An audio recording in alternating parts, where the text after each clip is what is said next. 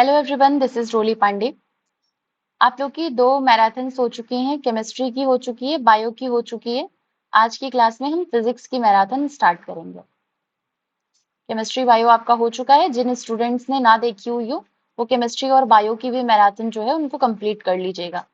आज फिजिक्स की करेंगे। फिजिक्स का एक बार मैंने रिकॉर्ड किया, लगभग 2 घंटे की क्लास गई आपकी, लेकिन पता नहीं कैसे उसमें वॉइस ही रिकॉर्ड नहीं हुई, तो पूरी की पूरी मेहनत बेकार गई।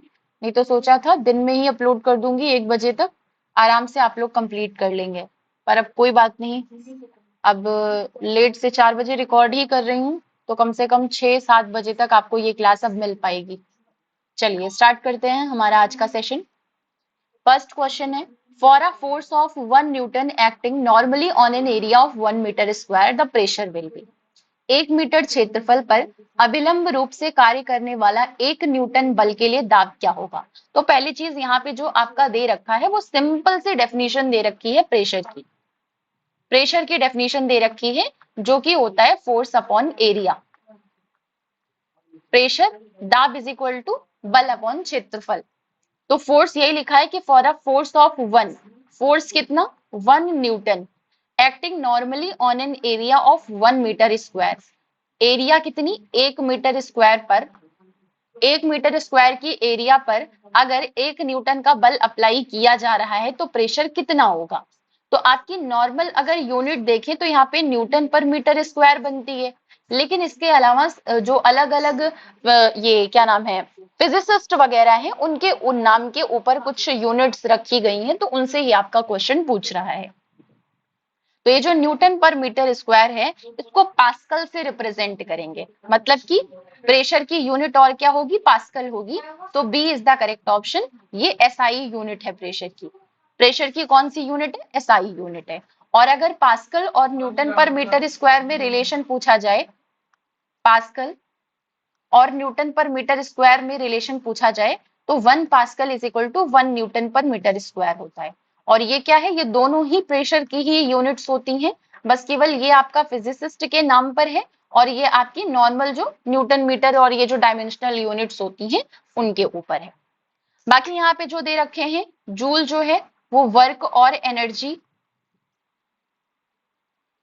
एनर्जी इसकी यूनिट है। वाट जो है ये पावर की यूनिट है, और जो फेरेड है ये कैपेसिटेंस की यूनिट होती है, कैपेसिटेंस की यूनिट होती है। Next question, how many ergs are there in 1 joule. 1 joule में कितने अर्ग होते हैं। तो सबसे पहले आपका ये दोनों ही, चाहे जूल हो चाहे अर्ग हो, ये दोनों ही यूनिट्स होती हैं। किसकी यूनिट होती है, ये होती है आपकी एनर्जी की यूनिट। जो जूल है वो एसआई यूनिट है और जो अर्ग है वो सीजीएस यूनिट है। अगर कन्वर्ट करने के लिए पूछा जाता है कि 1 जूल में कितने अर्ग होते हैं, तो उसके लिए आपका ये क्वेश्चन है 10⁻7 अर्ग होते हैं। A is the correct option for this question. जो एस जूल है एसआई यूनिट होती है और ये जो अर्ग है वो सीजीएस यूनिट होती है। तो अगर ऐसा कोई क्वेश्चन आता है कि 1 जूल में कितने अर्ग होते हैं, तो 10⁻7 अर्ग होते हैं। ऐसा क्वेश्चन आए कि एसआई यूनिट को सीजीएस यूनिट में कन्वर्ट करिए, तभी भी आप 10⁻7 अर्ग ही बताएंगे। इसको ब्रेक करके आप नॉर्मली देखिए, अगर हम क्या नाम है फॉर्मूले के हिसाब से देखें तो ये किलोग्राम मीटर स्क्वायर पर सेकेंड स्क्वायर होता है। इसी को अगर ब्रेक करके देखें, अर्ग का निकालने की कोशिश करें, तो ये हो जाता है ग्राम सेंटीमीटर स्क्वायर पर सेकेंड स्क्वायर। तो 1 किलोग्राम क्योंकि 1000 ग्राम होता है और 1 मीटर क्योंकि 100 सेंटीमीटर होता है।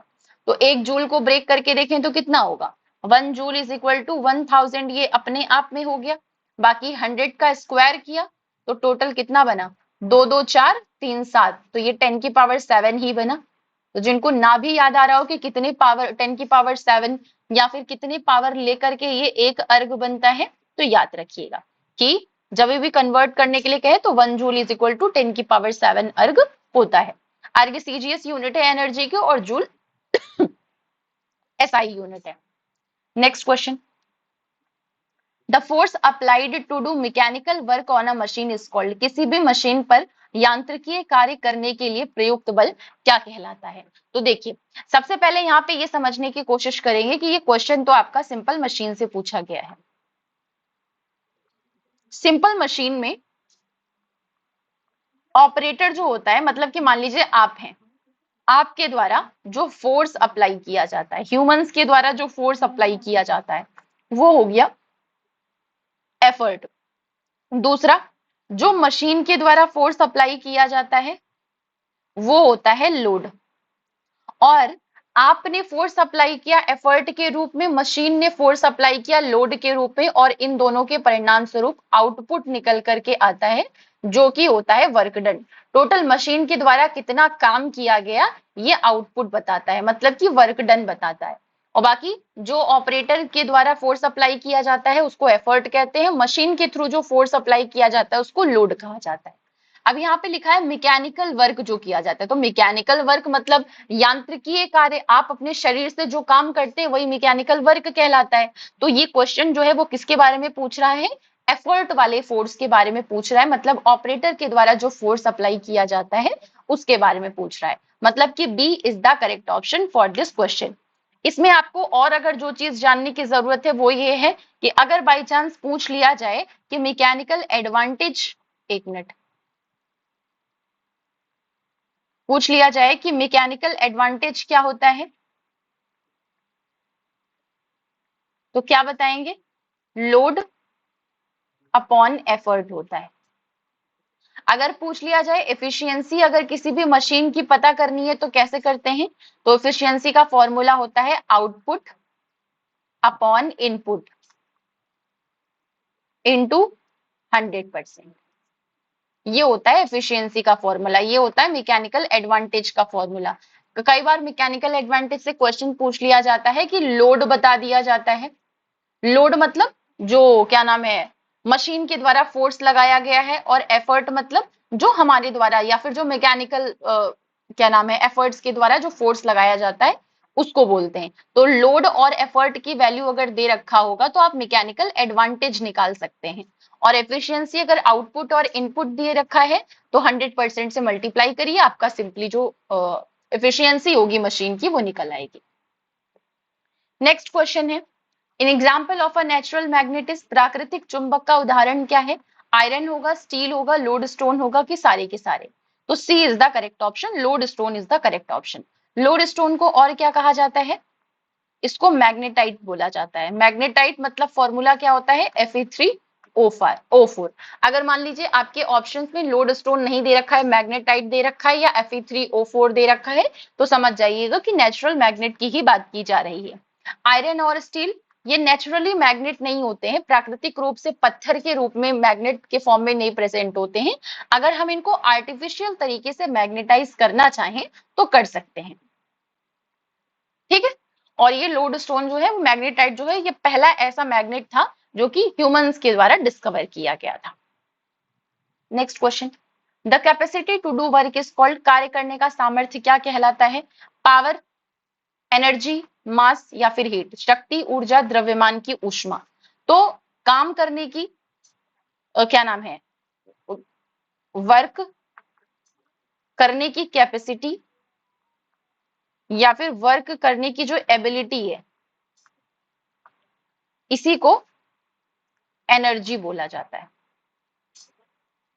आपके अंदर जैसे कहते नहीं कि हमारे अंदर काम करने की अब एनर्जी नहीं बची है, तो मतलब कैपेसिटी, काम करने की एबिलिटी, कैपेसिटी, अब क्षमता नहीं बची है तो उसको एनर्जी कहते हैं। और जो एनर्जी की एसआई यूनिट होती है वो क्या होती है, जूल होती है। और भाई सीजीएस यूनिट पूछेंगे तो सीजीएस यूनिट आपकी अर्ग हो जाएगी। बस ये चीजें हैं जो कि आपको ध्यान रखनी है। मास जो है ये मैटर की यूनिट मतलब अमाउंट ऑफ मैटर को रिप्रेजेंट करता है, कितने अमाउंट में, मात्रा में कोई भी मैटर सॉलिड, लिक्विड और गैस के फॉर्म में है उसको रिप्रेजेंट करता है। हीट जो है ये एक एनर्जी की फॉर्म होती है जो कि टेम्परेचर से रिलेटेड होती है। और पावर जो है ये आपका काम करने की क्षमता को बोला, sorry, rate of doing work, rate of doing work, ठीक है। रेट ऑफ डूइंग मतलब वर्क मतलब W/T। W जो है वो वर्क डन होता है और T जो है वो टाइम होता है, मतलब पर्टिकुलर टाइम में कितना काम किया गया है ये होता है पावर। एसआई यूनिट एरिया की क्या होती है, क्षेत्रफल की एसआई इकाई क्या होती है, तो सिंपल मीटर स्क्वायर होती है। एरिया क्या होता है, लेंथ इंटू ब्रेथ होता है, किसी भी चीज की लेंथ और ब्रेथ दोनों मिलाकर के बनता है लेंथ मीटर, ब्रेथ मीटर, मतलब कि मीटर स्क्वायर। ठीक है, वॉल्यूम का पूछेगा तो metre cube. Next question, what does angstrom measure? Angstrom क्या मापता है? वॉल्यूम ऑफ लिक्विड, द्रव की मात्रा को, वेवलेंथ ऑफ लाइट, प्रकाश तरंगों की लंबाई को, लेंथ ऑफ केबल्स, केबलों की लंबाई को, या फिर स्पीड ऑफ शिप्स, जहाजों की चाल को नापता है। तो सबसे पहले एक एंगस्ट्रॉम इज इक्वल टू कितना होता है, मतलब ये लेंथ की यूनिट होती है और इसकी वैल्यू होती है 10 की पावर 10 मीटर। ठीक है, इसको किस चीज के लिए मेजर किया जाता है? लाइट की वेवलेंथ नापने के लिए किया जाता है। लाइट की वेवलेंथ नापने के लिए इसका यूज किया जाता है, या फिर एटॉमिक डायमेंशन निकालने के लिए इसका यूज किया जाता है। एटॉमिक डायमेंशन निकालने के लिए भी इसका यूज किया जाता है। तो राइट ऑप्शन क्या हो जाएगा? Option number B. अगर विजिबल लाइट की वेवलेंथ पूछ ले होती कितनी है, किस तरीके से एंगस्ट्रॉम में रिप्रेजेंट करते हैं, तो 4000 से लेकर के 7000 एंगस्ट्रॉम तक की विजिबल लाइट की वेवलेंथ होती है। तो विजिबल लाइट को, ये जो 4000 से 7000 है, इसको रिप्रेजेंट करने के लिए हमने कौन सी यूनिट का सहारा लिया है? एंगस्ट्रॉम का सहारा लिया है ना। तो 4000 से 7000 एंगस्ट्रॉम विजिबल लाइट की वेवलेंथ होती है, मतलब लाइट की वेवलेंथ नापने के लिए एंगस्ट्रॉम का यूज किया जाता है। ठीक है, next question, a comb attracts small pieces of paper due to, एक कंघी के कागज के छोटे टुकड़ों को आकर्षित करने का कारण क्या है? फ्रिक्शनल फोर्स, घर्षण जनित बल है, मैग्नेटिक फोर्स, चुंबकीय बल है, ग्रेविटेशनल फोर्स, गुरुत्वीय बल है, इलेक्ट्रोस्टैटिक फोर्स, स्थिर वैद्युतिकीय बल है। तो इसका जो राइट ऑप्शन हो जाएगा वो हो जाएगा इलेक्ट्रोस्टैटिक फोर्स। जब भी हम लोग किसी भी चीज को किसी चीज के ऊपर रब करते हैं, तो रब करने से वो स्टैटिक इलेक्ट्रिक चार्ज गेन करता है, स्टैटिक इलेक्ट्रिक चार्ज गेन करता है, और इस चार्ज को क्या बोलते हैं? इसे कहते हैं tribo electric effect. Tribo electric effect बोला जाता है इसे। इसकी पूरी प्रॉपर ट्राइबो इलेक्ट्रिक इफेक्ट की एक सीरीज होती है, ऊपर से लेके नीचे तक। ये सीरीज डिसाइड करती है कि कौन है जो कि इलेक्ट्रॉन लूज करेगा और कौन है जो कि इलेक्ट्रॉन गेन करेगा। जो मटेरियल इलेक्ट्रॉन लूज करता है वो पॉजिटिवली चार्ज्ड बन जाता है, और जो इलेक्ट्रॉन गेन करता है वो नेगेटिवली चार्ज्ड बन जाता है। मतलब इलेक्ट्रॉन को लूज किया, प्रोटॉन ज्यादा है तो वो पॉजिटिवली चार्ज्ड हो गया, इलेक्ट्रॉन गेन किया मतलब इलेक्ट्रॉन्स की संख्या ज्यादा हो गई, मतलब वो नेगेटिवली चार्ज्ड हो गया। इस तरीके से इलेक्ट्रोस्टैटिक फोर्स जो है वो काम करता है। इसमें जब छोटे पीसेस उसके साथ रब किए जाते हैं, कॉम्ब मतलब कॉम्ब को जब सर पर रब किया जाता है, उसके बाद छोटे छोटे जो कागज के टुकड़े होते हैं वो अट्रैक्ट हो जाते हैं। किसकी वजह से? इलेक्ट्रोस्टैटिक इंडक्शन की वजह से। पेपर क्या हो जाता है? पोलराइज हो जाता है, और इसी पोलराइजेशन की वजह से ही वो क्या होता है? अट्रैक्ट होता है। चलिए next question, force can be measured by, बल को किसके द्वारा मापा जा सकता है? तो बल को स्प्रिंग बैलेंस, थर्मोमीटर, कैलोरीमीटर, इनमें से कोई नहीं। तुला के प्रयोग के द्वारा, थर्मामीटर के द्वारा, कैलोरीमीटर के द्वारा। तो राइट ऑप्शन क्या हो जाएगा? Spring balance is the correct option. देखिए स्प्रिंग बैलेंस का काम क्या होता है? स्प्रिंग बैलेंस का काम क्या होता है? फोर्स को मेजर करना। और ये किसके द्वारा दिया गया है? हुक्स के द्वारा दिया गया है। इस वजह से इसको हुक्स लॉ भी बोलते हैं। हुक्स लॉ क्या कहती है कि स्प्रिंग बैलेंस पर जब फोर्स अप्लाई किया जाता है तो फोर्स अप्लाई करने की वजह से जो एक्सटेंशन होता है, मतलब स्प्रिंग जो एक्सटेंड कर जाती है, वो डायरेक्टली प्रोपोर्शनल होता है जो फोर्स अप्लाई किया गया है उसका। और जब ये जो ये आपका डायरेक्टली प्रोपोर्शनल है, जब इसको रिमूव किया जाता है तो उसको के से रिप्रेजेंट किया जाता है। तो ये क्या बन जाता है? F इज इक्वल टू के एक्स। एक्स क्या रिप्रेजेंट करता है? एक्स एक्सटेंशन को रिप्रेजेंट करता है, कि जब स्प्रिंग बैलेंस के ऊपर फोर्स अप्लाई किया तो वो कितना ज्यादा एक्सटेंड हुआ। तो ये दोनों चीजें, मतलब ये आपका हुक्स लॉ कहलाता है। तो इस चीज को ध्यान रखिएगा, स्प्रिंग बैलेंस से फोर्स को मेजर किया जाता है किस चीज का यूज करके? हुक का यूज करके। थर्मोमीटर टेम्परेचर को मेजर करने के लिए, कैलोरीमीटर हीट को मेजर करने के लिए। तो आपका right option option number A. Friction can be increased by, घर्षण को किसके द्वारा बढ़ाया जा सकता है? ऑयल का यूज करके, सरफेस पर मॉइस्चर का यूज करके, रफ सरफेस के द्वारा, किस चीज के द्वारा? तो देखिए फ्रिक्शन को या तो इंक्रीज किया जाता है या तो फ्रिक्शन को डिक्रीज किया जाता है। फ्रिक्शन को इंक्रीज करने पर जो चीज होती है वो बहुत स्मूथली आगे बढ़ती है बिना किसी रेजिस्टेंस के, और अगर फ्रिक्शन को कम किया जाता है तो कोई भी चीज फिसलती नहीं है। फिसलने से बचाने के लिए फ्रिक्शन को क्या नाम है, फिसलने से बचाने के लिए फ्रिक्शन को बढ़ाया जाता है, और फ्रिक्शन की वजह से किसी भी चीज में जो फिसलन है उसको और ज्यादा मजबूत किया जा सके, और ज्यादा चीज आसानी से फिसल जाए, इसके लिए क्या किया जाता है, फ्रिक्शन को कम किया जाता है, डिक्रीज किया जाता है। तो ये दोनों चीजें हैं जो फ्रिक्शन में ध्यान रखनी है। जैसे कि हम जितने ज्यादा रफ सरफेस पर चलते हैं, जितने ज्यादा रफ सरफेस पे चलेंगे उतना बढ़िया तरीके से आगे बढ़ पाएंगे, बिना फिसले आगे बढ़ पाएंगे। जितना ज्यादा रफ सरफेस होगा उतना ज्यादा अच्छे से आगे बढ़ पाएंगे बिना फिसले। तो रफ सरफेस ये आपका क्या दिखाता है कि फ्रिक्शन को बढ़ाया गया है, फ्रिक्शन इंक्रीज किया गया है। और अगर मान लीजिए स्मूथ सरफेस है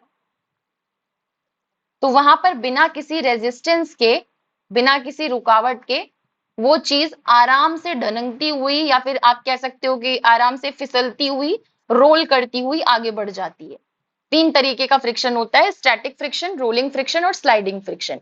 ठीक है, तो स्मूथ सरफेस क्या रिप्रेजेंट करता है कि फ्रिक्शन को कम किया गया है, फ्रिक्शन को घटाया गया है। और ये चीज पता कैसे चलती है, कोफिशिएंट ऑफ फ्रिक्शन से पता चलता है। फ्रिक्शन का फॉर्मूला क्या होता है, F is equal to mu N. ये म्यू किस चीज को रिप्रेजेंट करता है, कोफिशिएंट ऑफ फ्रिक्शन को रिप्रेजेंट करता है, कोफिशिएंट ऑफ फ्रिक्शन को रिप्रेजेंट करता है। और ये एन किसको दिखाता है, नॉर्मल फोर्स, जो नॉर्मली फोर्स अप्लाई किया जाता है उसको कहते हैं। अब यहाँ पे कहा है कि अगर कैन बी इंक्रीज्ड बाय, अगर हम फ्रिक्शन बढ़ाना चाहते हैं, फ्रिक्शन बढ़ाने का मतलब क्या है कि हम उसकी रफनेस को बढ़ाना चाह रहे हैं। तो रफ सरफेसेस, जितना ज्यादा सरफेस को रफ करेंगे फ्रिक्शन उतना ही ज्यादा बढ़ेगा, उतना ही ज्यादा इंक्रीज किया जा सकता है, मतलब कि रेजिस्टेंस उतना ज्यादा क्रिएट किया जा सकता है। और बाकी चीजें जो है वो फ्रिक्शन को डिक्रीज करने के लिए, घटाने के लिए की जाती हैं। जो रफ सरफेसेस के लिए जो कोफिशिएंट ऑफ फ्रिक्शन होता है वो ज्यादा होता है। अगर मान लीजिए आपका ऐसा कोई पॉइंट लिखा हुआ है कि मान लीजिए स्मूथ सरफेस का कुछ कोफिशिएंट ऑफ फ्रिक्शन है और रफ सरफेस का कुछ कोफिशिएंट ऑफ फ्रिक्शन है, तो किसका कोफिशिएंट ऑफ फ्रिक्शन ज्यादा होगा, तो रफ सरफेस का जो कोफिशिएंट ऑफ फ्रिक्शन है वो ज्यादा होता है, और स्मूथ के लिए कोफिशिएंट ऑफ फ्रिक्शन कम होता है। इन चीजों को ध्यान रखिएगा। Next question, Which of the following is not a unit of magnetic field? निम्नलिखित में से कौन सा चुंबकीय क्षेत्र का मात्रक नहीं है, वेबर पर मीटर स्क्वायर, गॉस की, वेबर की, टेस्ला। तो C is the correct option. क्यों, क्योंकि वेबर जो है वो यूनिट होती है मैग्नेटिक फ्लक्स की, मैग्नेटिक फ्लक्स की यूनिट होती है वेबर। बाकी वेबर पर मीटर स्क्वायर, गॉस और टेस्ला ये सारी की सारी जो है वो मैग्नेटिक फील्ड की यूनिट होती है, जिसको बी से रिप्रेजेंट किया जाता है।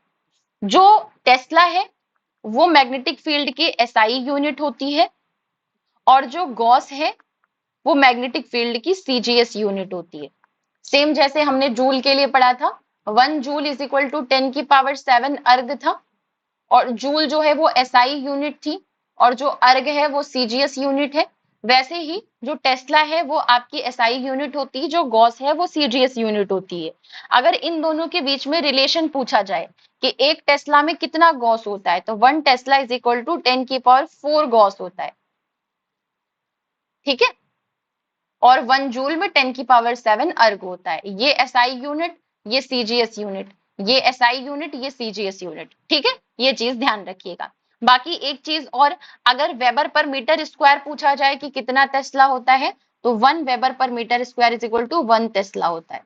मतलब आप कह सकते हो कि टेस्ला और वेबर पर मीटर स्क्वायर ये दोनों यूनिट्स पूरी तरीके से बराबर होती हैं, कोई 10⁻2, 3, 4 का कोई भी यहाँ पे लॉजिक नहीं होता है। चलिए नेक्स्ट क्वेश्चन,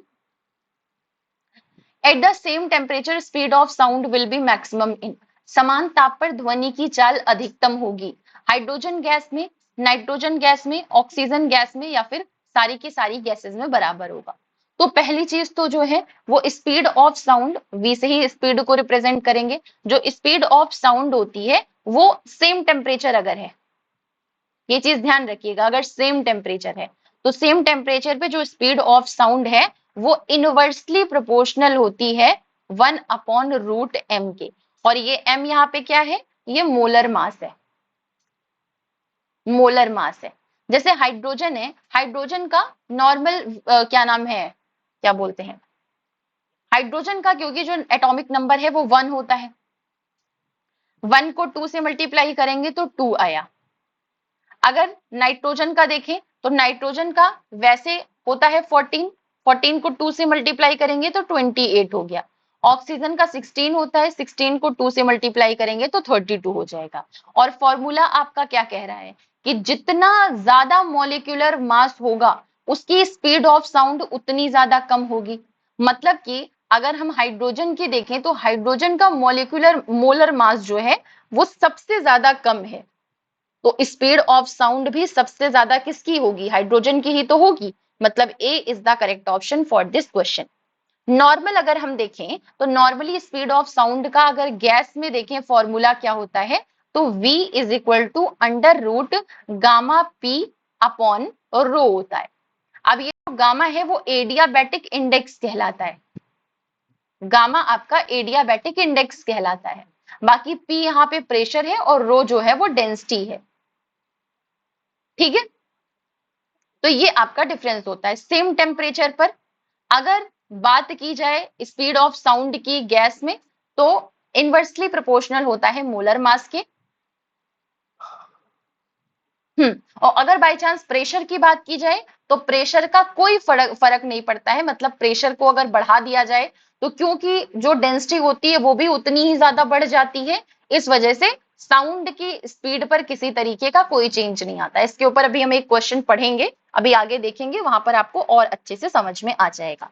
मतलब अगर हम सिर्फ इसकी बात करें तो किस तरीके से आपका ये रिलेशन बनेगा, सबसे ज्यादा स्पीड ऑफ साउंड हाइड्रोजन में होती है, हाइड्रोजन से कम नाइट्रोजन में होती है, और नाइट्रोजन से भी कम ऑक्सीजन में होती है। सबसे ज्यादा स्पीड ऑफ साउंड किसकी होती है, सबसे ज्यादा स्पीड ऑफ साउंड होती है हाइड्रोजन की। उससे कम स्पीड ऑफ साउंड किसकी होगी, नाइट्रोजन की। उससे भी कम स्पीड ऑफ साउंड किसकी होगी, ऑक्सीजन की।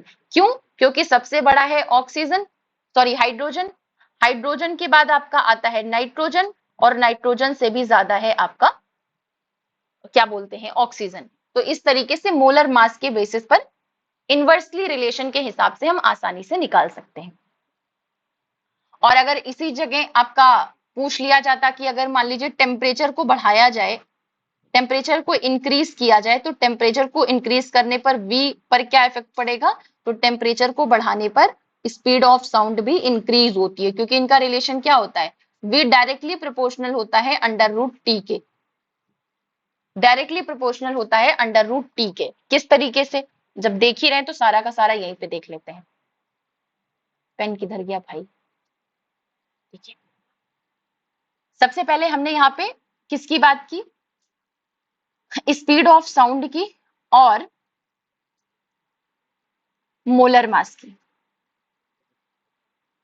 इनका रिलेशन क्या होता है, v जो है वो इनवर्सली प्रोपोर्शनल होता है √m के, और ये गैस के हिसाब से है, हम गैसेस की बात कर रहे हैं। दूसरा v और टेम्परेचर, स्पीड ऑफ साउंड और टेम्परेचर की बात करें तो speed of sound directly proportional होता है टेम्परेचर के, टेम्परेचर को बढ़ाया जाएगा तो वेलोसिटी मतलब साउंड ऑफ स्पीड भी बढ़ेगी।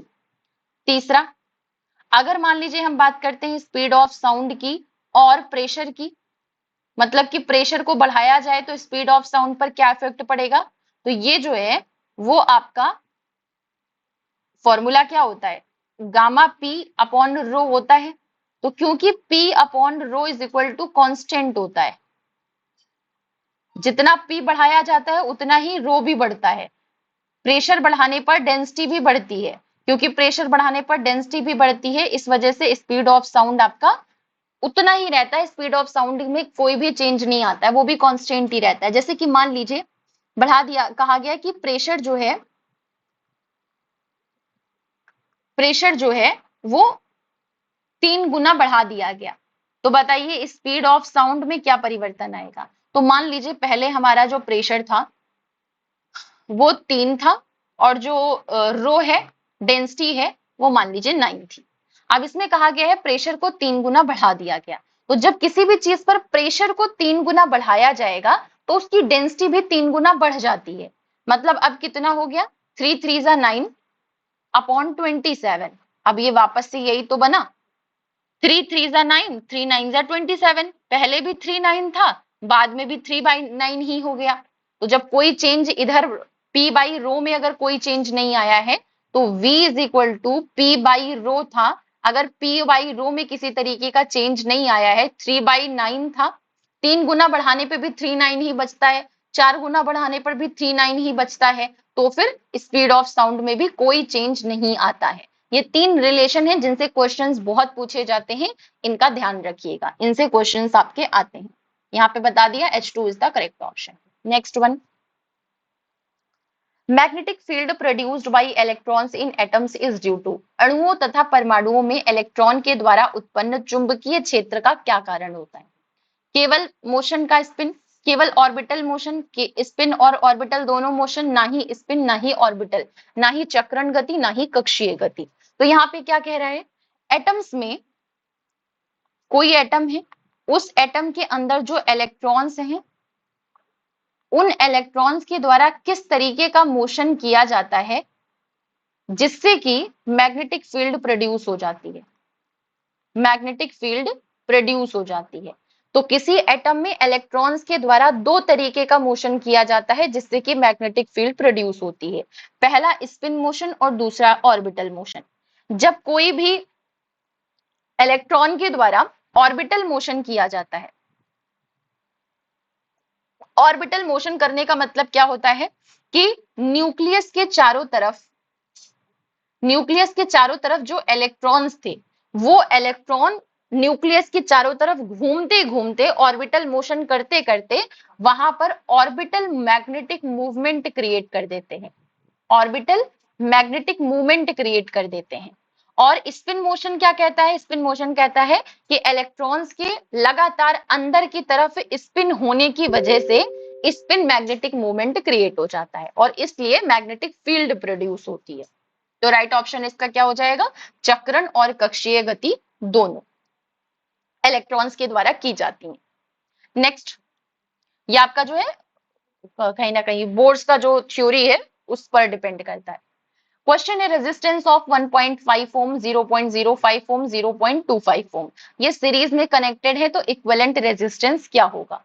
तो सबसे पहले सीरीज में अगर रहता है तो सीरीज में रेजिस्टेंस का formula R1 plus R2 plus R3 होता है। और अगर पैरेलल की बात करें तो पैरेलल में 1 अपॉन R1, 1 अपॉन R2 और 1 अपॉन R3 होता है। यहीं पे एक और इंपॉर्टेंट चीज बता देती हूं, अगर रेजिस्टेंस की जगह कैपेसिटेंस दे रखा हो तो कैपेसिटेंस में इसी का जस्ट ऑपोजिट हो जाता है। अगर कैपेसिटर्स जो हैं वो सीरीज में कनेक्टेड होते हैं तो उनका 1 अपॉन R1 करके 1 अपॉन R2 करके चलता है, और अगर जो कैपेसिटर्स हैं वो पैरेलल में एक दूसरे से कंबाइन होते हैं तो R1 प्लस R2 करके चलता है। ये चीज ध्यान रखिएगा। अब क्योंकि यहाँ पे रेजिस्टर्स की बात की गई है, मतलब रेजिस्टेंस की बात की गई है और वो सीरीज में है, तो इस वजह से हम R1 R2 R3 लेकर के चलेंगे। तो R टोटल निकालने के लिए क्या हो जाएगा, R1 है 1.5 ओम, R2 है 0.05 और R3 है 0.25। अब ऐड करिए, 5 5 10, 2 1 3, 5 3 8 और 1, 1.80 ओम इज द करेक्ट ऑप्शन, मतलब कि A is the correct one for this question. Next, the minimum possible temperature, न्यूनतम संभव ताप 0 डिग्री सेल्सियस होगा, 0 डिग्री फ़ारेनहाइट होगा, -273 डिग्री सेल्सियस होगा या 273 केल्विन होगा। तो कभी भी अगर सेल्सियस में पूछे, अगर मान लीजिए एब्सोल्यूट टेम्परेचर जो है वो सेल्सियस में पूछता है तो -273 डिग्री सेल्सियस बताएंगे, अगर केल्विन में पूछता है तो 0 केल्विन बताएंगे। ठीक है, एब्सोल्यूट टेम्परेचर की बात आएगी तो अगर एब्सोल्यूट टेम्परेचर नहीं है, कहा जाए कि अगर मान लीजिए हमने सेल्सियस में इतने डिग्री था, 5 डिग्री था और 5 डिग्री से बढ़ा करके 10 डिग्री कर दिया, तो बताइए केल्विन में भी कितना बढ़ेगा? तो जितना सेल्सियस में बढ़ता है उतना ही केल्विन में भी बढ़ता है। मतलब 10 डिग्री सेल्सियस अगर आपका सेल्सियस में बढ़ेगा तो केल्विन में भी 10 ही डिग्री बढ़ेगा, वो आपका सेम रहेगा। डिग्री की बात करेंगे, टेम्परेचर चेंज की बात करेंगे तो वहां पे सेम ही रहेगा, लेकिन अगर एब्सोल्यूट टेम्परेचर की बात करेंगे तो 273 डिग्री सेल्सियस माइनस का सेल्सियस में जाएगा और केल्विन का 0 केल्विन में जाएगा। अगर मान लीजिए सेल्सियस को केल्विन में चेंज करने की बात आती है या फिर केल्विन को सेल्सियस में चेंज करने की बात आती है तो वहां पर हम फॉर्मूला अप्लाई करते हैं कि K इज इक्वल टू मतलब एक मिनट गड़बड़ कर दिया, एक सेकंड, इसको पहले मुझे रफ करने दीजिए। ये क्या बन जाता है? Kelvin is equal two degree Celsius plus 273। ठीक है, याद रखिएगा। कन्वर्ट करने के लिए फॉर्मूला लगता है K is equal two degree Celsius plus 273। अगर मान लीजिए आपका नॉर्मली एब्सोल्यूट टेम्परेचर की बात करता है तो सेल्सियस के लिए -273, केल्विन के लिए 0 केल्विन। लेकिन अगर टेम्परेचर चेंज करने की बात करता है तो जितना सेल्सियस में चेंज होगा उतना ही केल्विन में भी चेंज होता है। अभी इसके ऊपर क्वेश्चन है, अभी आगे आप देखेंगे वहां पे और क्लियर हो जाएगा।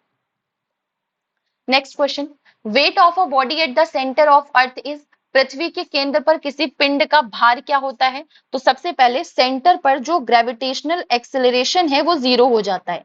क्यों? क्योंकि चारों डायरेक्शन से, मतलब जितनी भी डायरेक्शन है सारी की सारी डायरेक्शन से इक्वल ग्रेविटेशनल पुल लग रहा होता है।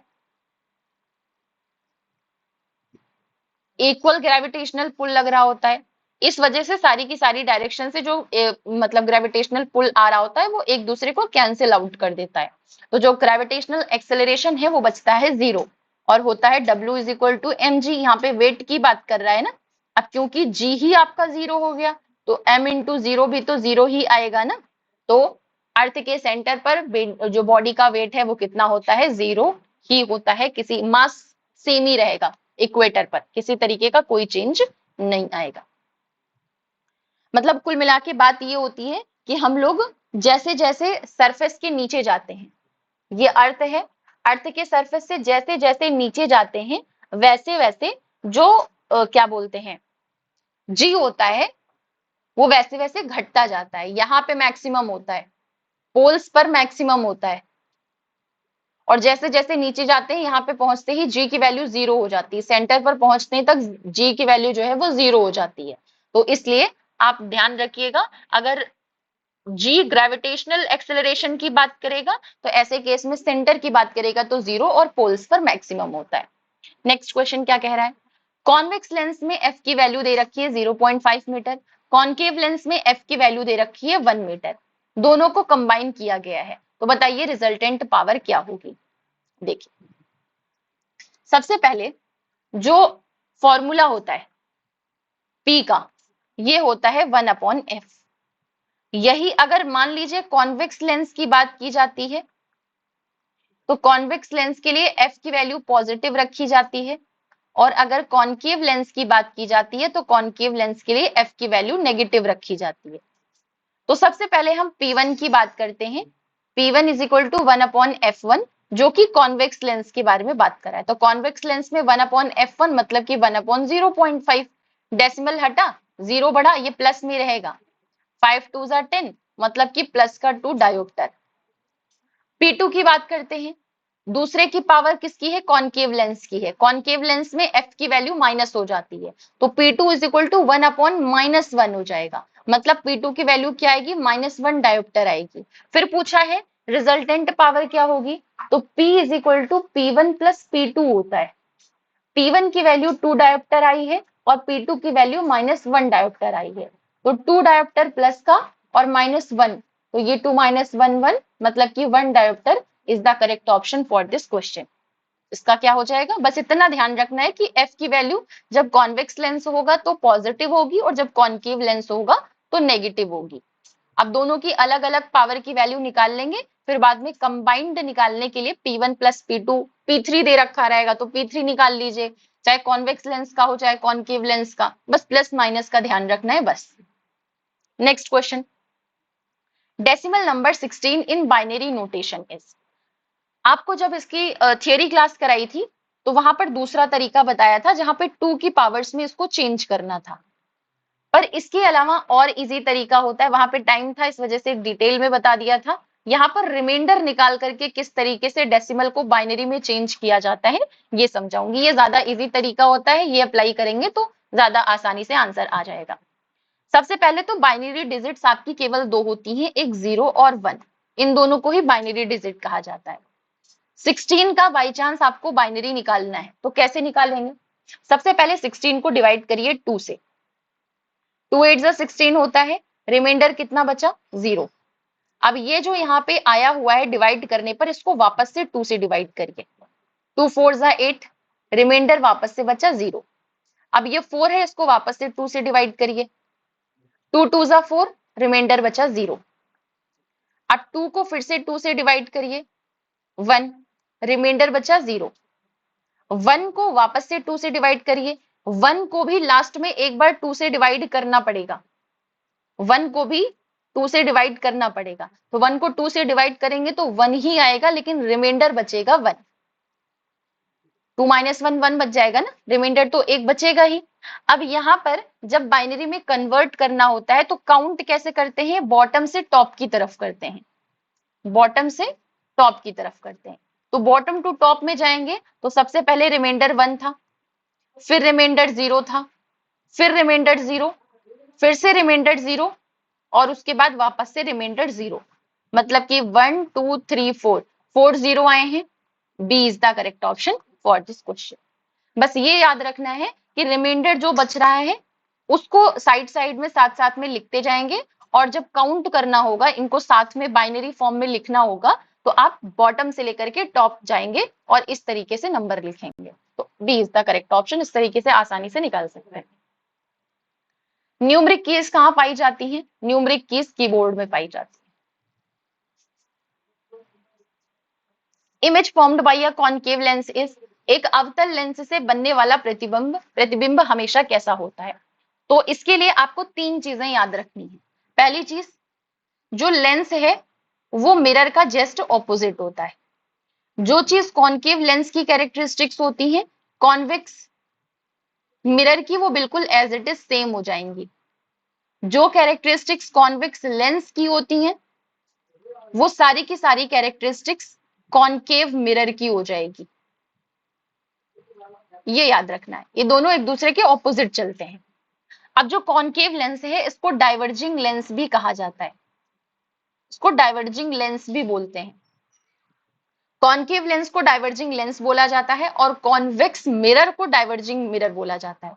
ये ध्यान रखिएगा, दोनों ऑपोजिट चलता है। जो भी चीजें हम कॉन्वेक्स लेंस के बारे में, कॉनकेव लेंस के बारे में यहाँ पढ़ेंगे वो सारी की सारी चीजें कॉन्वेक्स मिरर की होंगी, सेम रहेगा। तो कॉनकेव लेंस के द्वारा कौन कौन सी इमेज बनाई जाती है? वर्चुअल इमेज, हमेशा ही वर्चुअल इमेज बनाएगा। इरेक्ट मतलब कि सीधी इमेज बनाएगा, और डिमिनिश्ड मतलब कि छोटी इमेज बनाएगा। ये 3 तरीके की इमेज है जो कि कॉनकेव लेंस और कॉन्वेक्स मिरर के द्वारा बनाई जाती है। कॉनकेव लेंस को डाइवर्जिंग लेंस कहा जाता है और कॉन्वेक्स मिरर को डाइवर्जिंग मिरर बोला जाता है। ये चीज ध्यान रखिएगा।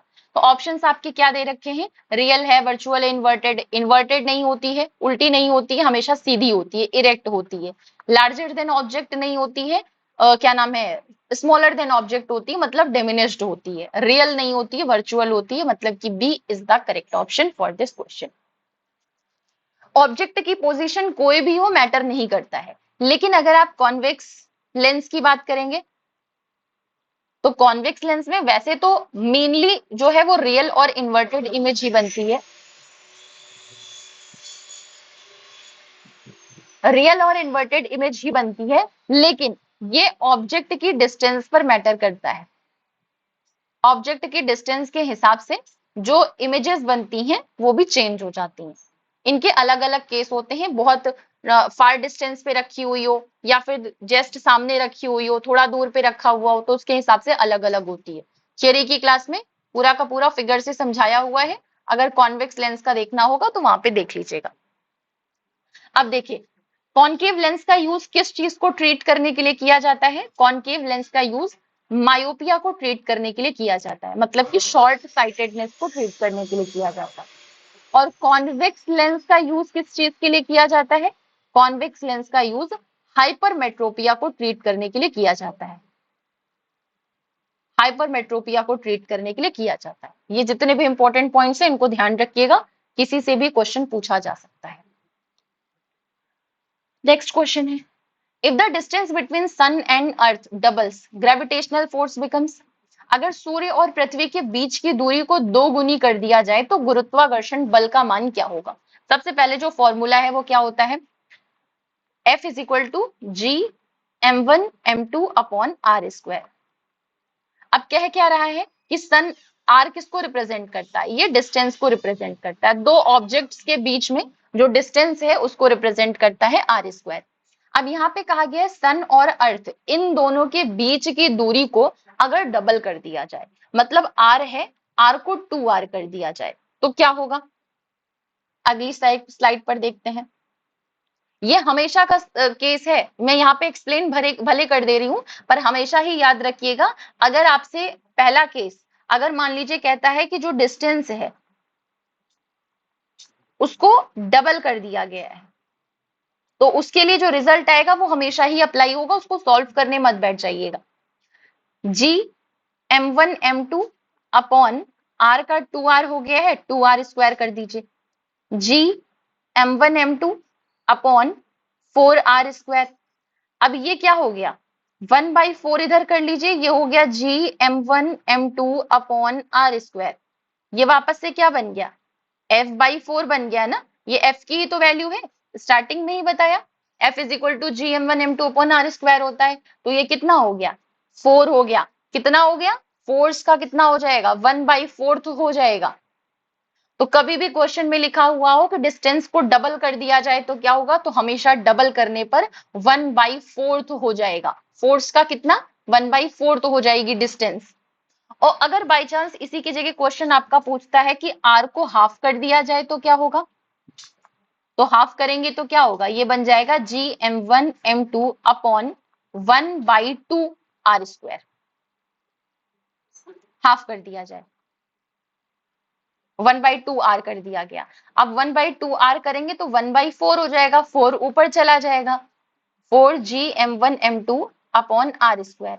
अब ये क्या हो गया? 4f हो गया, 4f हो गया। मतलब अगर डिस्टेंस को डबल किया जाएगा तो डिस्टेंस को डबल करने पर जो मतलब डिस्टेंस को डबल करने पर जो फोर्स है उसका 1/4 हो जाता है। और अगर मान लीजिए डिस्टेंस को हाफ कर दिया जाए, 1/2 कर दिया जाए, तो फोर्स का मल्टीप्लाई बाई 4 हो जाता है। ये दोनों पॉइंट्स जो है वो आपको ध्यान रखना है। वैसे आपका ये इनवर्स लॉ चलता है, इनवर्स स्क्वायर लॉ, कि force is inversely proportional to R square. तो डायरेक्ट यहाँ पे भी वैल्यू रखिए, आप देख सकते हैं कि f को इनवर्स किया तो ये 1/r स्क्वायर था, 4r स्क्वायर हो गया। तो यहां से भी पता चल जाएगा कि 1/4 हो जाता है। तो दोनों ही तरीके से आप इसको चेक करके देख सकते हैं। सन और अर्थ इन दोनों के बीच की दूरी को डबल कर दिया है तो ग्रेविटेशनल फोर्स कितना हो गया? 1/4 हो गया। यहाँ पे डबल की जगह अगर हाफ लिखा होता तो कितना हो जाता? 4 टाइम्स हो जाता। Next question. अब यहाँ पे 37 को बोला हुआ है कि बाइनरी नंबर में मतलब कन्वर्ट करना है। अब इसके लिए वापस से हम किस पे आते हैं? हमारे रिमाइंडर के ऊपर, रिमाइंडर वाले पैटर्न के ऊपर। सबसे पहले 37 को डिवाइड करेंगे 2 से। कितना हुआ? 2 1 जा 2, 2 8 जा 16। रिमाइंडर कितना बचा? रिमाइंडर बचा 1।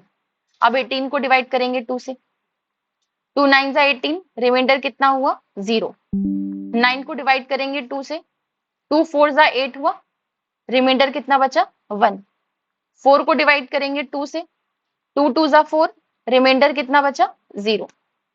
2 को डिवाइड करेंगे 1 से, सॉरी 2 को डिवाइड करेंगे 2 से तो ये हुआ 1, रिमाइंडर कितना बचा? 0।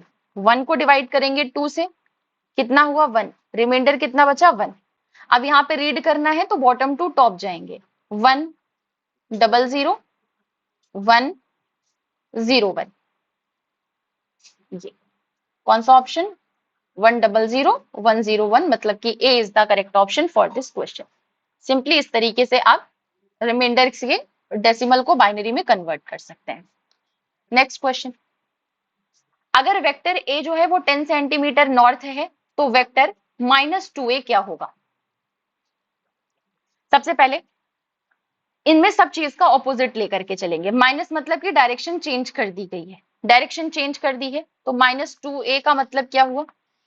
पहली चीज, मैग्नीट्यूड को 2 से मल्टीप्लाई करना है और डायरेक्शन को रिवर्स कर देना है। नॉर्थ का साउथ हो जाएगा, मतलब कि वैसे भी अगर आप सॉल्व नहीं करेंगे तभी भी ये आंसर आप निकाल सकते हैं। ईस्ट हो नहीं सकता है, नॉर्थ का उल्टा साउथ ही होता है, तो यही ऑप्शन जाएगा। माइनस मतलब ही होता है डायरेक्शन चेंज होकर। अब -2 है, इसको आप मल्टीप्लाई करके देखिए। -2a का क्या हुआ? 2 × 10, मैग्नीट्यूड 10 दे रखा है, तो ये क्या हो गया? 2 × 10 = 20 सेंटीमीटर बना। और रिवर्स की गई है मतलब डायरेक्शन चेंज होगा तो नेगेटिव साइन आपका अपने आप रिवर्स हो जाएगा, तो रिवर्स हो गया तो यहाँ पे -20 नहीं 20 सेंटीमीटर ही होगा। तो D is the correct option for this question. Next, charged particle Q moving parallel to magnetic field lines at constant velocity V, तो फोर्स पार्टिकल पर कितना अप्लाई करे होगा? सबसे पहले चार्ज्ड पार्टिकल है, वो मैग्नेटिक फील्ड के पैरेलली मूवमेंट कर रहा है। एक पार्टिकल है Q, ये चार्ज्ड पार्टिकल है, और ये पार्टिकल मैग्नेटिक फील्ड के चारों तरफ पैरेलली मूवमेंट कर रहा है। वेलोसिटी कितनी है? कांस्टेंट है। तो बताइए पार्टिकल के ऊपर फोर्स कितना अप्लाई किया जाएगा? तो ये आपका फॉर्मूला है F = QVB sin थीटा। अब इसमें आपके दो केस बनते हैं। पहला केस बनता है कि अगर मान लीजिए पैरेलल मूवमेंट कर रहा है, तो पैरेलल मूवमेंट करता है तो थीटा जो है वो 0 डिग्री हो जाता है।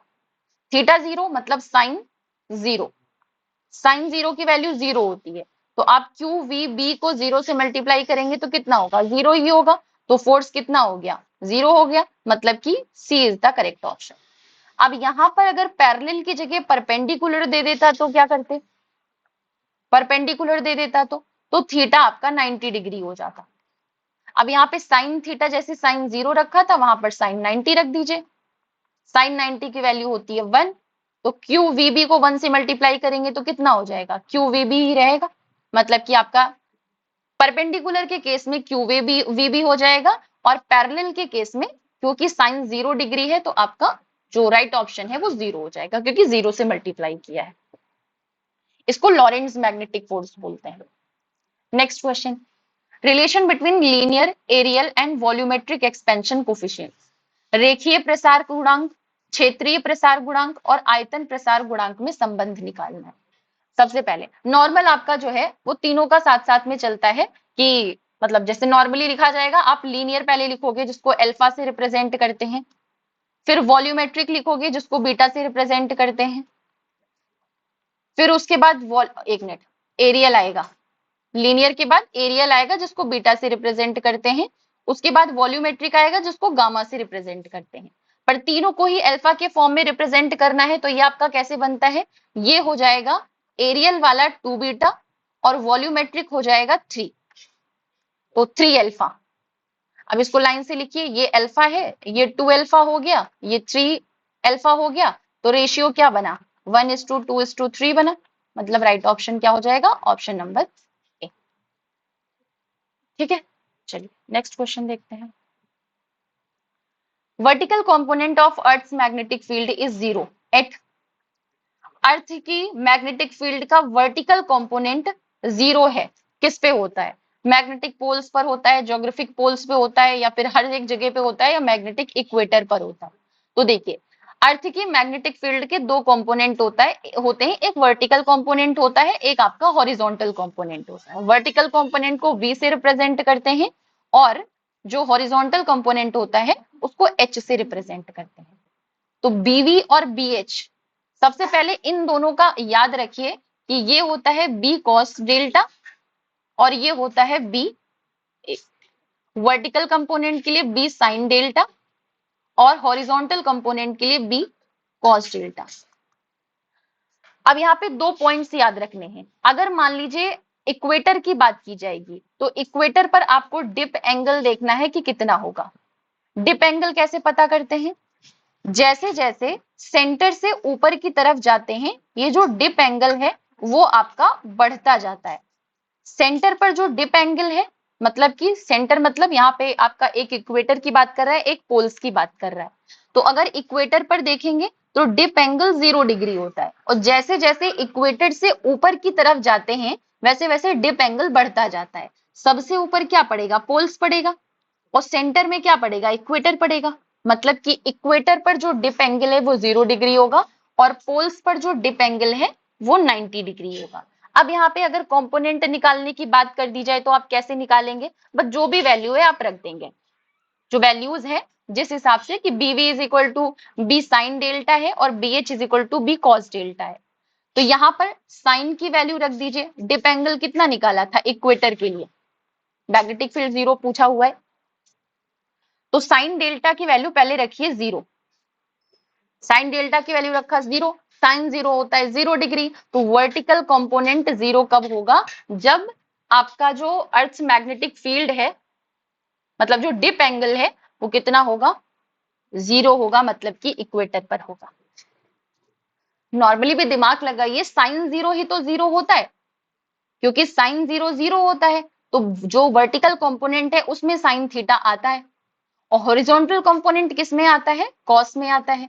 तो इस वजह से जब वर्टिकल कंपोनेंट की बात होगी अर्थ के मैग्नेटिक फील्ड की, तो ध्यान रखिएगा कि आपका बीवी की बात कर रहा है, वर्टिकल कंपोनेंट 0 हो जाएगा, और हॉरिजॉन्टल कंपोनेंट कब 0 होगा? जब कॉस आपका यहां पर 90 डिग्री के हिसाब से चलेगा। बस ये दोनों डिफरेंस है जो कि ध्यान रखने हैं।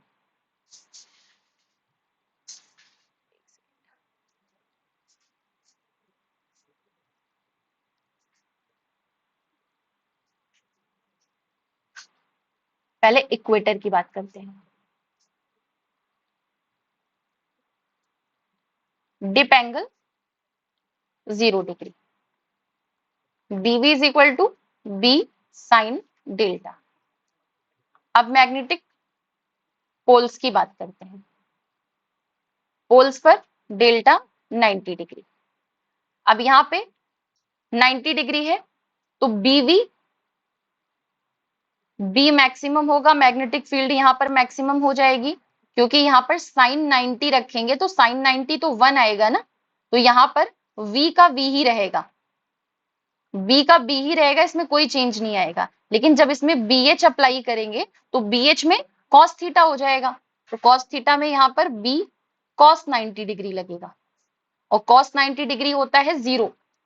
तो हॉरिजॉन्टल कंपोनेंट 0 होगा मैग्नेटिक पोल्स पर जब डिप एंगल 90 डिग्री रहेगा, और वर्टिकल कंपोनेंट 0 रहेगा जब डिप एंगल इक्वेटर पर 0 डिग्री बनेगा। बस ये दोनों डिफरेंस है जो ध्यान रखने हैं। वर्टिकल कंपोनेंट का फॉर्मूला याद रखिए, हॉरिजॉन्टल कंपोनेंट का फॉर्मूला याद रखिए।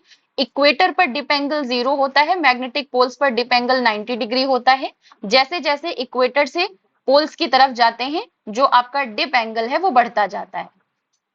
ये माइंड में रखेंगे तो ध्यान रहेगा कि यहाँ पर 0 हो जाएगा, यहाँ पे 90 हो जाएगा। चलिए, तो इस हिसाब से हमारा right option option number D हो जाएगा, मैग्नेटिक इक्वेटर। इक्वेटर पर वर्टिकल कंपोनेंट 0 और आपका पोल्स पर horizontal component 0। Next question, the temperature at which ferromagnetism and and material becomes paramagnetic is called. वो ताप जिस पर लौह चुंबकत्व समाप्त होता है क्या कहलाता है? तो उसको क्यूरी टेम्परेचर बोलते हैं।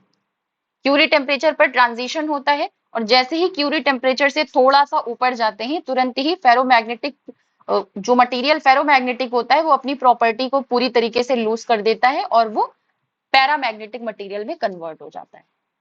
Next question, force is equal to, ये फोर्स आपका वेक्टर्स के फॉर्म में दे रखा है, आई कैप जे कैप, और ये डिस्प्लेसमेंट जो है ये भी आई कैप और जे कैप के फॉर्म में दे रखा है, ध्यान रखिएगा। वर्क डन निकालना है। वर्क डन का फॉर्मूला क्या होता है? एफ डी कॉस थीटा होता है, लेकिन यहाँ पर एंगल की कोई बात नहीं की गई है तो केवल एफ और डी याद रखेंगे। अगर by chance I cap J cap इस तरीके से फॉर्मेट में दे रखा होता है तो W is equal to F1D1 plus F2D2 plus F3D3, जितनी भी आपकी वैल्यू दे रखे हैं उस हिसाब से हम बढ़ा लेते हैं। यहाँ पे क्योंकि केवल आई कैप जे कैप दे रखा है, के कैप नहीं दे रखा है, तो केवल F1D1 प्लस F2D2 के हिसाब से चलेंगे। क्या हो जाएगा? सबसे पहले 5 आई कैप को 2 आई कैप से मल्टीप्लाई करेंगे, मतलब फोर्स का आई कैप और डिस्प्लेसमेंट का आई कैप, ये दोनों सेम होने चाहिए। तो ये हो जाएगा 5 इंटू 2 प्लस ये हो जाएगा 3 इंटू 1, 5 2 ज़ा 10। अब यहाँ पे माइनस लगा है जे कैप में, तो ये माइनस में जाएगा, -1। तो ये क्या हो गया -3।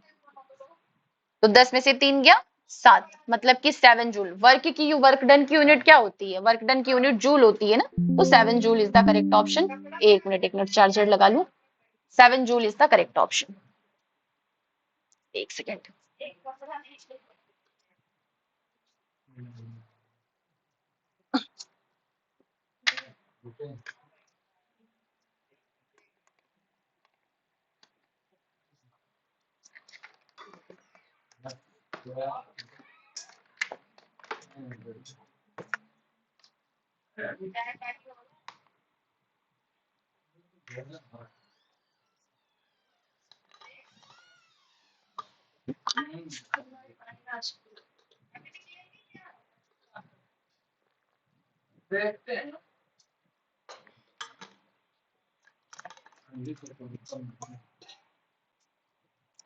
चलिए नेक्स्ट क्वेश्चन देखते हैं।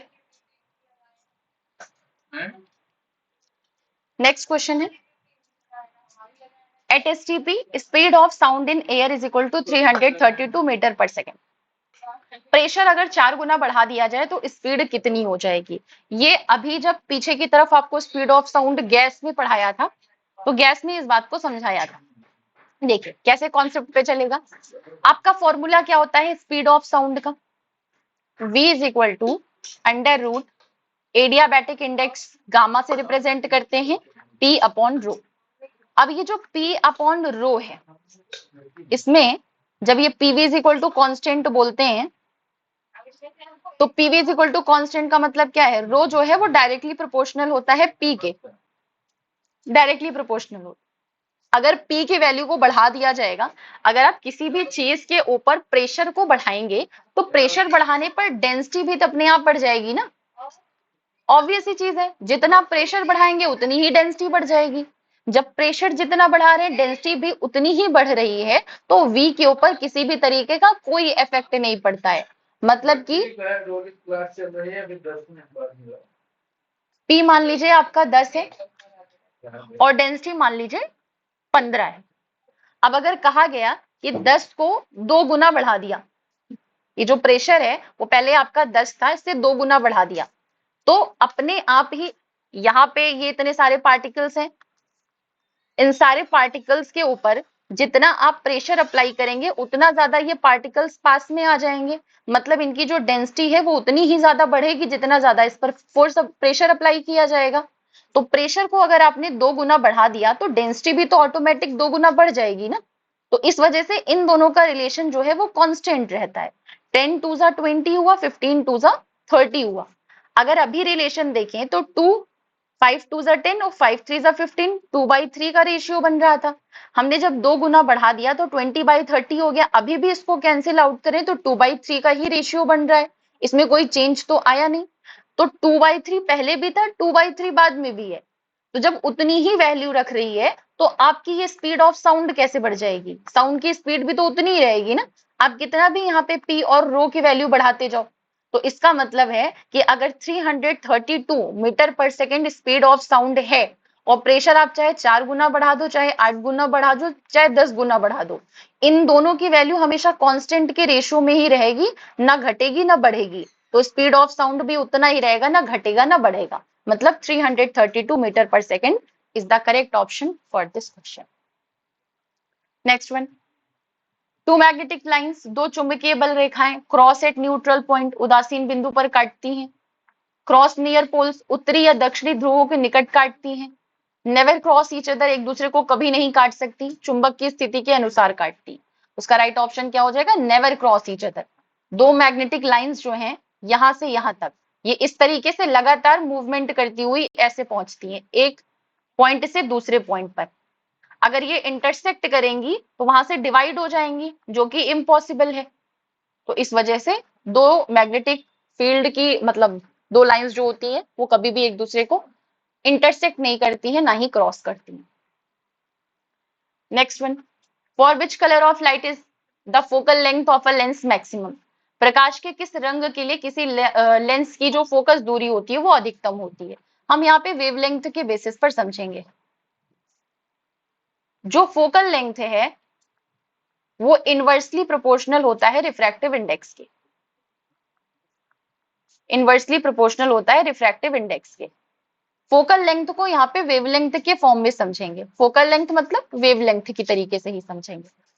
जो रेड है उसकी वेवलेंथ ज्यादा होती है, वेवलेंथ मैक्सिमम होती है, क्योंकि रेड कलर की विबग्योर में बात कर रहे हैं, विबग्योर में बात की जा रही है। जो रेड कलर है इसकी वेवलेंथ ज्यादा होती है, तो वेवलेंथ ज्यादा होगी तो रेड कलर की रिफ्रैक्टिव इंडेक्स कम होगी, मतलब कि मिनिमम होगी, सबसे ज्यादा कम होगी। और जो वायलेट कलर है, वायलेट कलर की क्योंकि जो वेवलेंथ होती है वो सबसे कम होती है, मिनिमम होती है, इस वजह से वायलेट कलर का जो रिफ्रैक्टिव इंडेक्स होगा वो मैक्सिमम होगा, वो मैक्सिमम होगा। तो ये वेवलेंथ को फोकल लेंथ के फॉर्म में समझ रहे हैं। रेड की फोकल लेंथ ज्यादा, वेवलेंथ ज्यादा होती है, मतलब कि इनकी फोकल लेंथ भी मैक्सिमम होती है। वायलेट की वेवलेंथ मिनिमम होती है, मतलब कि फोकल लेंथ जो होती है मिनिमम होती है। तो राइट ऑप्शन क्या हो जाएगा? ऑप्शन नंबर सी, मतलब कि red is the correct option. चलिए नेक्स्ट क्वेश्चन देखते हैं। 100 Newton force acts perpendicularly on 10 centimetre square area, pressure on surface. 10 वर्ग सेंटीमीटर क्षेत्रफल पर 100 न्यूटन का लंबवत बल लगा है, तो दाब क्या होगा? प्रेशर का फॉर्मूला क्या होता है? Force upon area. फोर्स दे रखा है 100 न्यूटन, एरिया दे रखी है 10 सेंटीमीटर स्क्वायर, और यूनिट होती है न्यूटन पर मीटर स्क्वायर। ऑप्शंस में भी न्यूटन पर मीटर स्क्वायर ही हर जगह दे रखा है, मतलब कि आपको सेंटीमीटर को चेंज करना पड़ेगा मीटर में।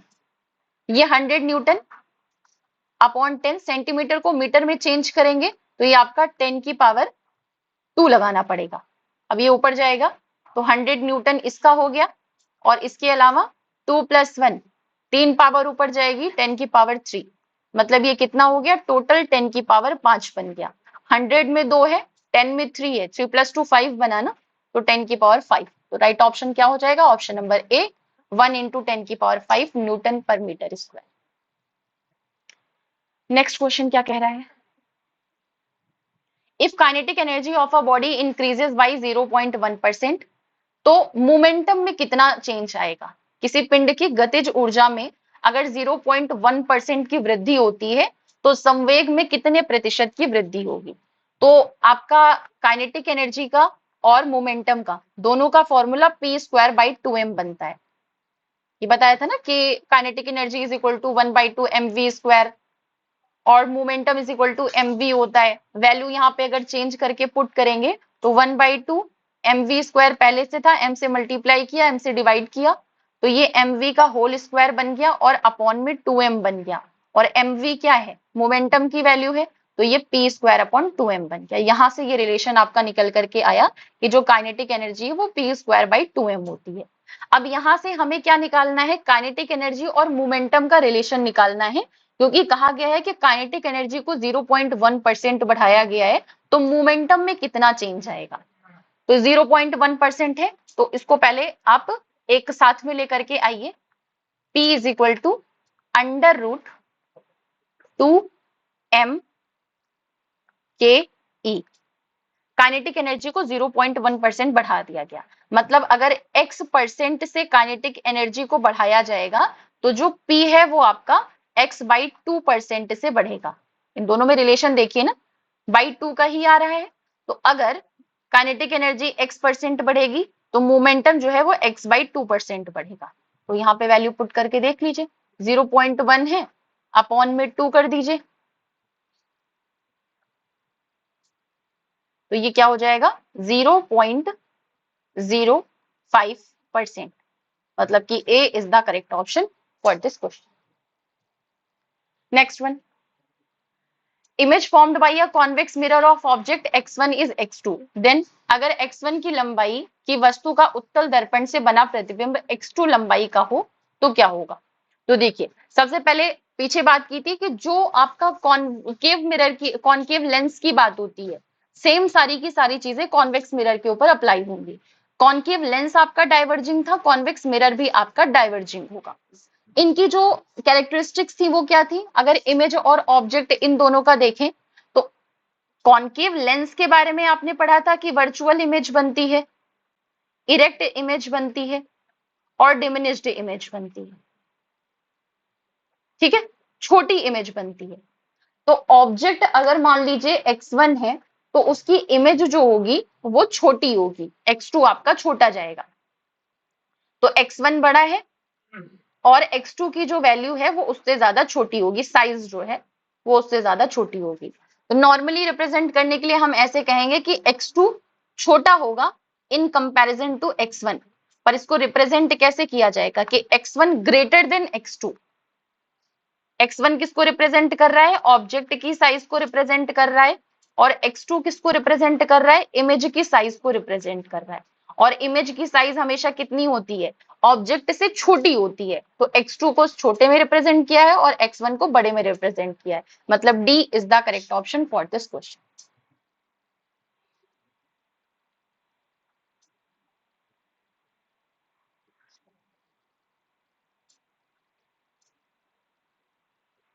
ये डिमिनिश्ड लिखा है, बस ये टर्म याद रखिए इस पूरे क्वेश्चन के लिए कि छोटी होती है, बस पूरा का पूरा कॉन्सेप्ट आपका बन जाएगा। x1 जो है वो ऑब्जेक्ट की साइज को रिप्रेजेंट कर रहा है, x2 जो है वो इमेज की साइज को रिप्रेजेंट कर रहा है, और इमेज जो है वो हमेशा ऑब्जेक्ट से छोटा होगा। तो सिंपली यहाँ पे x1 की साइज बड़ी होगी, ऑब्जेक्ट की साइज बड़ी होगी और x2 का साइज छोटा होगा। मतलब D is the correct option. चलिए नेक्स्ट देखते हैं। हीट की एसआई यूनिट क्या होती है, ये सब आपके एनर्जी के ही हैं। तो एसआई यूनिट चाहे हीट की पूछी जाए, एनर्जी की पूछी जाए, वर्क की पूछी जाए, सब आपका जूल में ही जाएगा। B is the correct option, सब एनर्जी के ही फॉर्म है। नेक्स्ट वन, अगर रिलेशन पूछ लिया जाए बाई चांस कि कैलोरी में और जूल में क्या रिलेशन होता है, तो ये याद रखिएगा कि 4.18 जूल होता है बस। 1 calorie is equal to 4.18 joule. चलिए नेक्स्ट क्वेश्चन की बात करते हैं। Nature of sound waves in a medium, माध्यम में ध्वनि तरंगों की प्रकृति क्या होती है। सबसे पहले तो ये समझिए कि जो साउंड वेव्स होती है वो मैकेनिकल वेव्स कही जाती हैं। यहाँ पे तो आपका लॉन्गिट्यूडनल और ट्रांसवर्स के बेसिस पे पूछ रहा है, लेकिन इसको मैकेनिकल वेव्स कहा जाता है। देखिए जो पार्टिकल्स हैं उनका मूवमेंट वेव्स के मूवमेंट के पैरेलल होता है। पार्टिकल्स जो हैं वो वेव्स जिस तरीके से मूव करेंगी उन्हीं के साथ साथ में ये पार्टिकल्स जो हैं पैरेलली मूवमेंट करते हैं, और इनके पैरेलल मूवमेंट की वजह से कंप्रेशंस और रेयरफैक्शंस क्रिएट होते हैं। कंप्रेशंस मतलब क्या है, वाइब्रेशन की वजह से जो भी पार्टिकल्स होते हैं वो सारे के सारे एक जगह पर कंप्रेस हो जाते हैं, जिसकी वजह से वहां की जो डेंसिटी है वो बढ़ जाती है और उसके आगे के जो पार्टिकल्स है वो एक दूसरे से बहुत ज्यादा दूर दूर हो जाते हैं।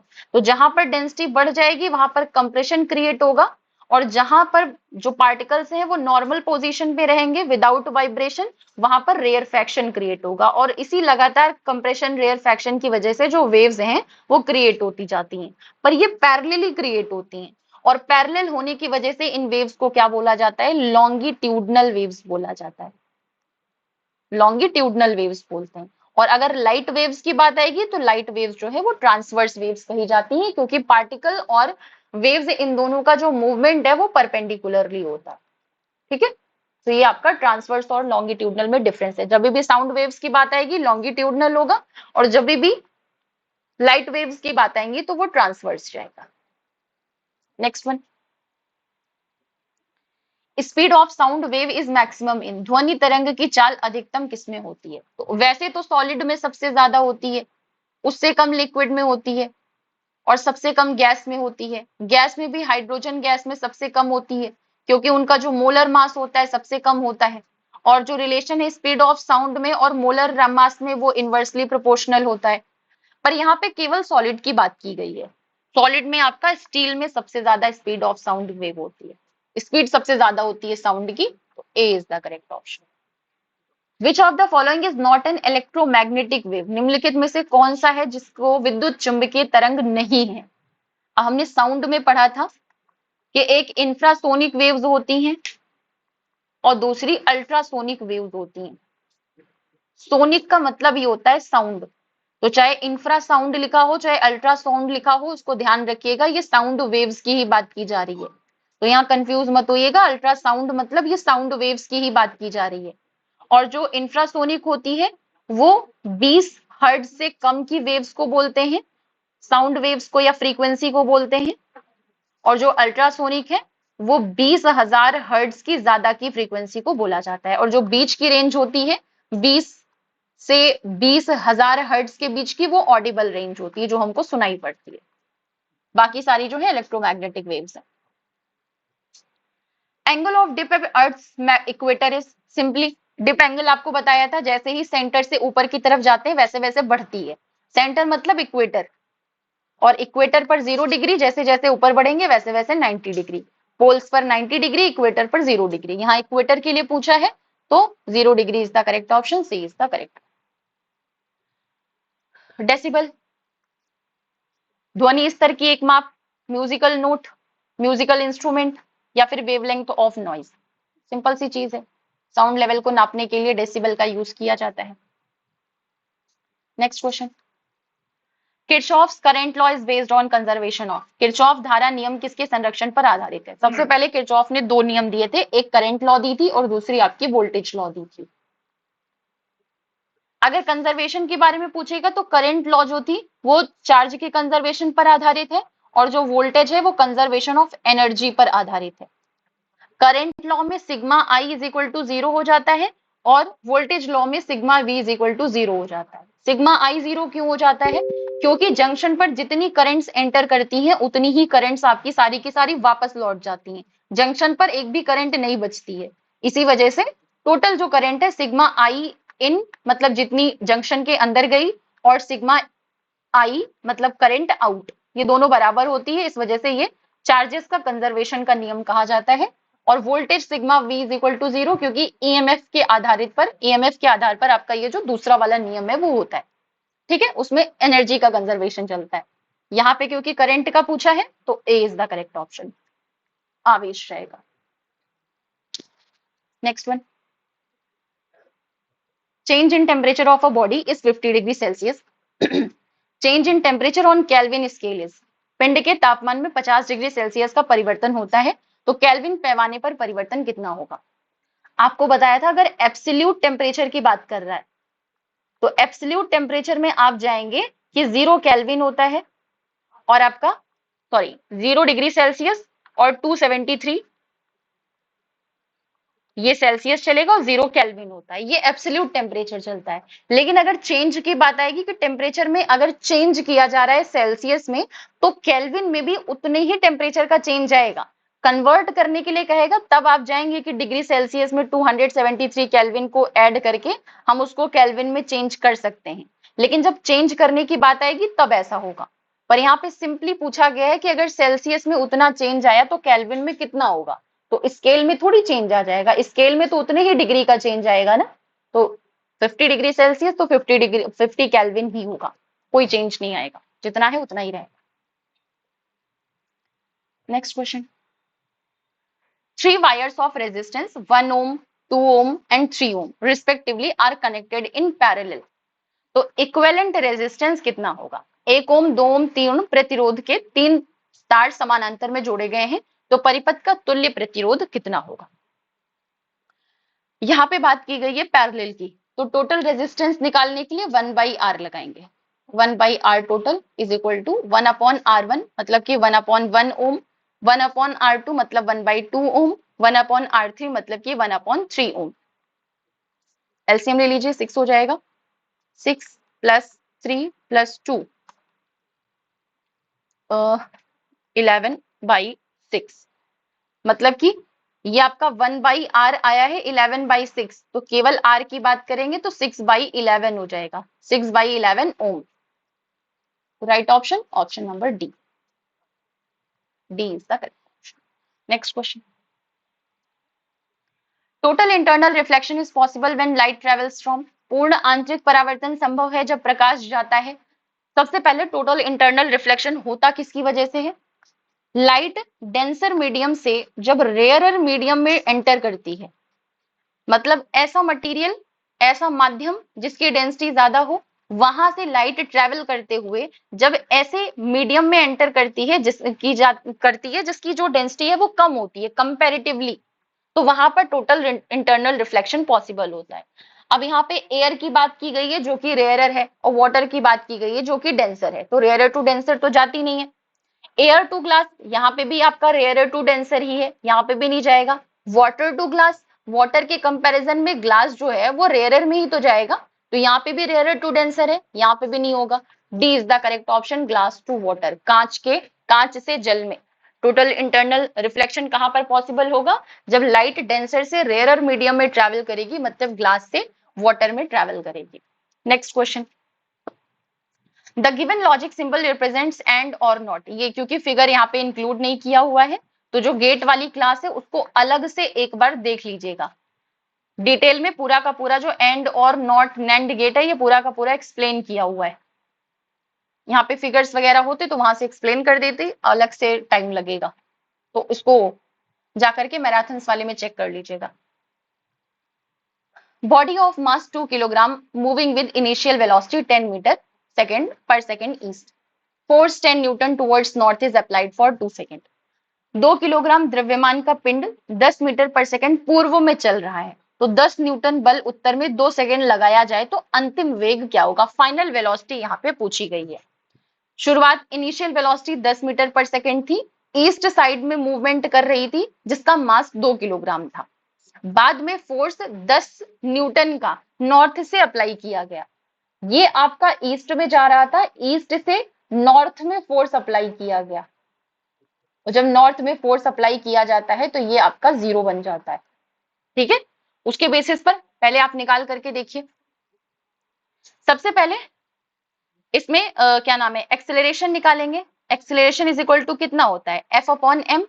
तो फोर्स कितना अप्लाई किया गया, 10, मास कितना है 2, तो एक्सेलरेशन कितना आया 5 मीटर पर सेकेंड स्क्वायर, ये आपका एक्सेलरेशन निकल करके आया। नॉर्थ में 2 सेकेंड के मूवमेंट की वजह से जो वेलोसिटी बढ़ी है वो कितनी होगी, तो सबसे पहले उसका जो इनिशियल वेलोसिटी है वो तो 0 ही हो जाएगी, फाइनल वेलोसिटी जो है वो 0 हो जाएगी। क्यों, क्योंकि अगर आप दूसरे डायरेक्शन, अगर कोई चीज है वो इस डायरेक्शन में मूवमेंट कर रही है और परपेंडिकुलरली उसके ऊपर फोर्स अप्लाई किया जाता है तो उसका कोई प्रभाव नहीं होता है, तो उसका मूवमेंट कुछ नहीं होगा, जैसा था वैसा ही रहेगा, उसके मूवमेंट में किसी तरीके का कोई चेंज नहीं आएगा। और एक्सेलरेशन की वैल्यू आप यहाँ पे रखेंगे तो 5 इंटू 2 हो जाएगा, मतलब कितना आ गया 10 मीटर पर सेकेंड आ गया। ये हमने निकाला है नॉर्थ का। अब बात करते हैं ईस्ट की। ईस्ट का तो पहले ही दे रखा है कि 10 मीटर पर सेकेंड ईस्ट में मोशन हो रहा है, तो 10 मीटर पर सेकेंड नॉर्थ में आ गया, और पहले से ही 10 मीटर पर सेकेंड ईस्ट में दे रखा है। अब हमें क्या निकालना है, फाइनल वेलोसिटी निकालनी है, तो फाइनल वेलोसिटी के लिए हम रिजल्टेंट निकालेंगे फाइनल स्पीड के लिए।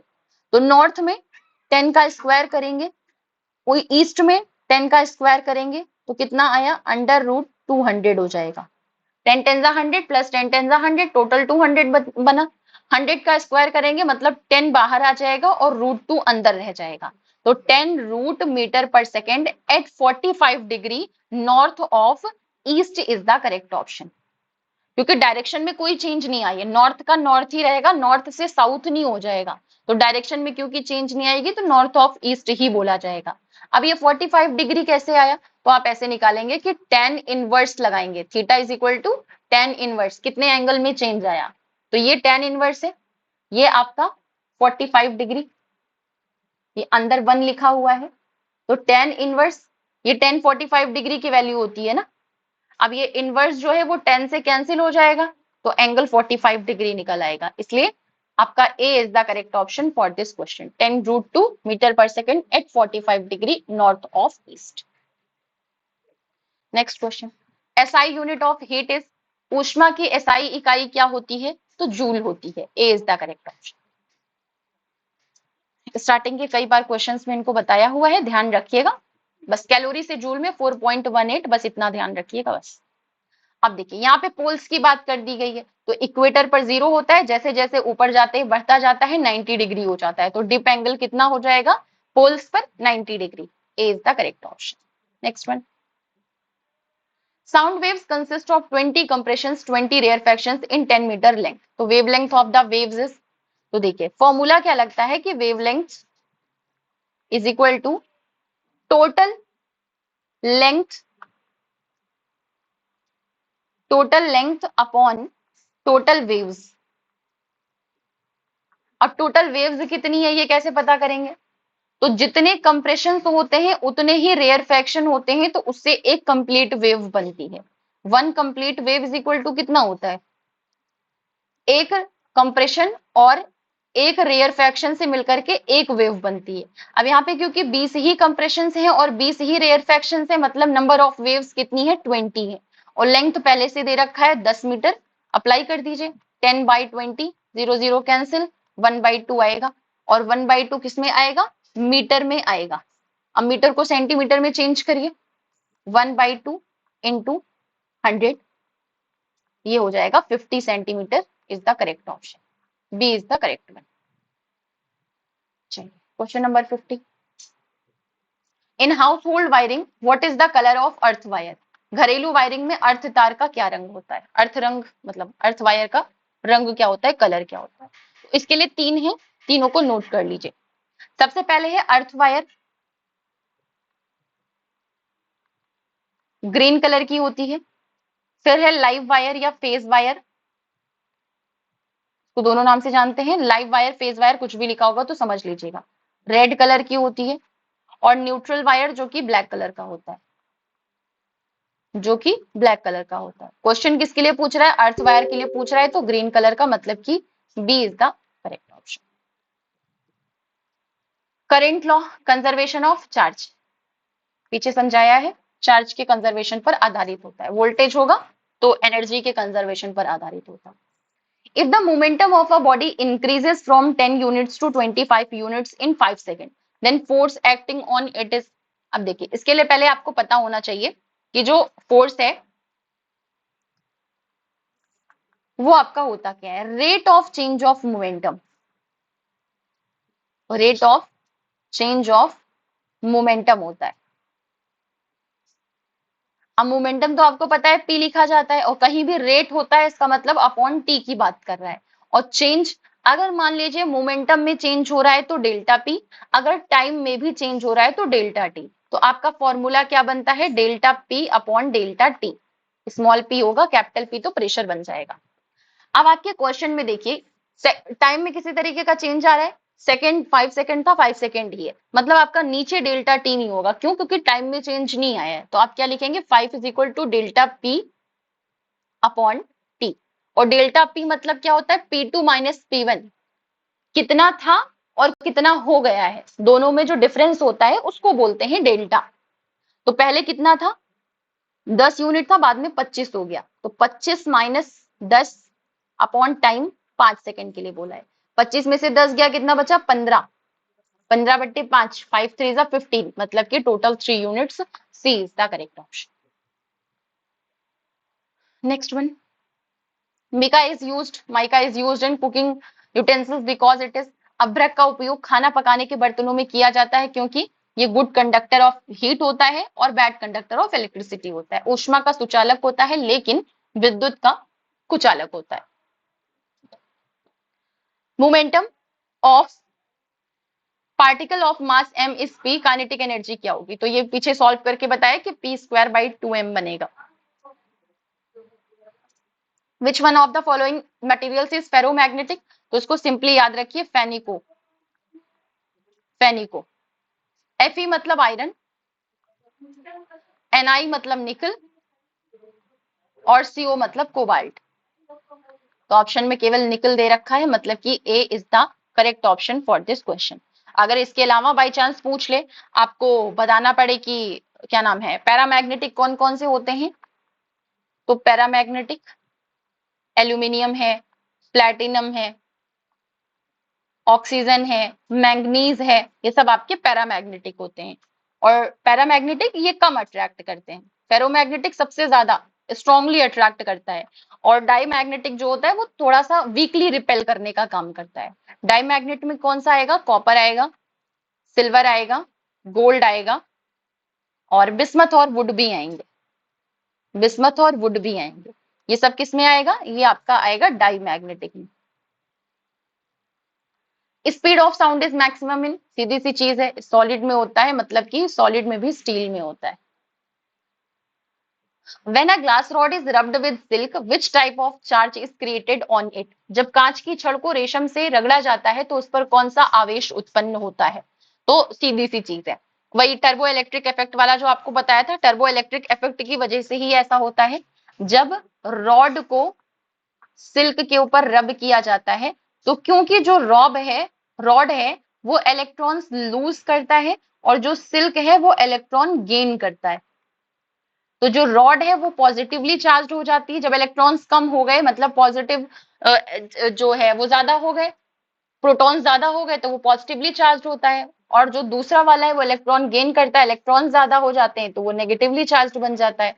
मतलब यहाँ पे पूछ रहा है कि अगर कांच की छड़ को रेशम से रगड़ा जाएगा तो उस पर कौन सा आवेश उत्पन्न होगा?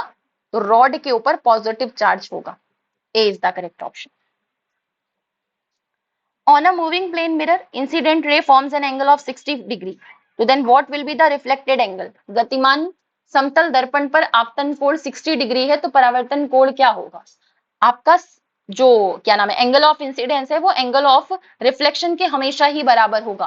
कोई फर्क नहीं पड़ता है कि प्लेन मिरर आपका मूव कर रहा हो, स्टेशनरी पे हो या फिर मोशन में हो, रेस्ट में हो, कोई मैटर नहीं करता है। आपका दोनों हमेशा ही इक्वल जाएगा, मतलब 60 डिग्री ही रहेगा। Which physical unit is obtained by the ratio of momentum and velocity of matter? पदार्थ के संवेग और वेग के अनुपात से कौन सी भौतिक राशि प्राप्त होती है? नॉर्मली देखिए आपका क्या फॉर्मूला होता है, P is equal to mv होता है। यही तो बोल रहे हैं कौन सी फिजिकल यूनिट है जो कि मोमेंटम और वेलोसिटी के दोनों के रेशियो से आती है। तो इसी को आप कर लीजिए, P by V is equal to m। P मतलब मोमेंटम, V मतलब वेलोसिटी। तो इन दोनों की रेशियो से कौन सी फिजिकल यूनिट बन रही है? मास बन रहा है ना, तो B is the correct option, mass is the correct. 1 nanometer is equal to कितना होता है? तो 1 नैनोमीटर 10 की पावर माइनस 9 मीटर होता है। B is the correct option. X ray किसने डिस्कवर की थी? एक्स किरणों की खोज किसने की थी? आइंस्टीन ने की थी, रोन्टजन ने की थी, रदरफोर्ड ने की थी या फिर थॉमसन ने किया था? तो एक्सरे की बात की जाएगी तो रोन्टजन ने इसकी डिस्कवरी की थी। आइंस्टीन की बात की जाएगी तो फोटो इलेक्ट्रिक इफेक्ट, रिलेटिविटी, ये सारा का सारा आइंस्टीन के द्वारा दिया गया था।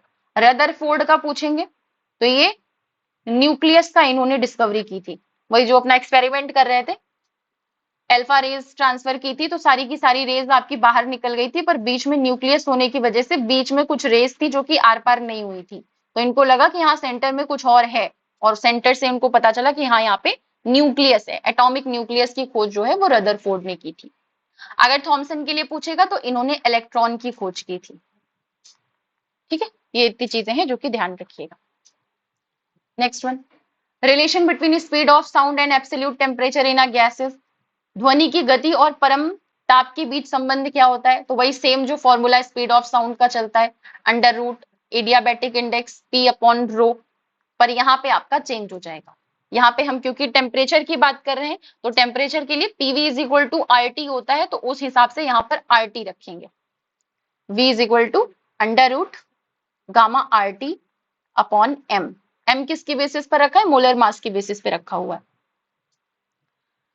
अब यहाँ पे आरटी सब हटा दीजिए, हमें केवल टेम्परेचर से मतलब है। तो V और T में क्या रिलेशन बन रहा है? डायरेक्टली प्रोपोर्शनल है ना, अंडर रूट में जाएगा तो V is directly proportional to under root 2। ये रिलेशन होता है स्पीड ऑफ साउंड और एब्सोल्यूट टेम्परेचर के बीच। गैसेस की बात कर रहे हैं ना, gases. Battery of 15V is connected to a parallel group of resistances 4, 10 and 20 ohm. तो करंट इन द, करंट निकालना है आपको।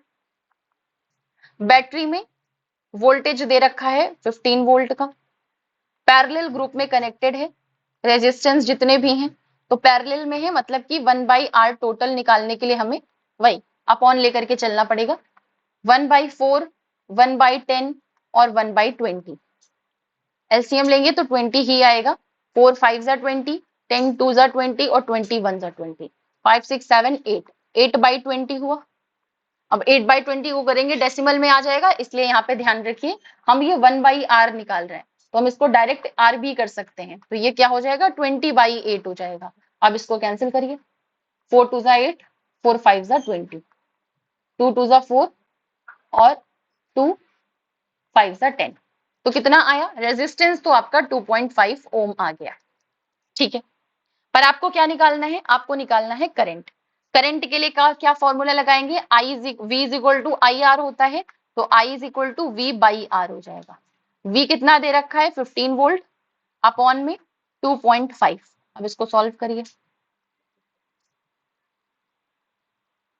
15 अपॉन 2.5, डेसिमल हटाया, 0 बढ़ाया, 5 3 जा 15, 5 5 जा 25, 5 6 जा 30, मतलब कि 6 ampere is the correct option. 6 ampere is the correct option, वही 6.25 एम्पियर आएगा, ए इज द करेक्ट। ठीक है, ये आपका आंसर हो जाएगा।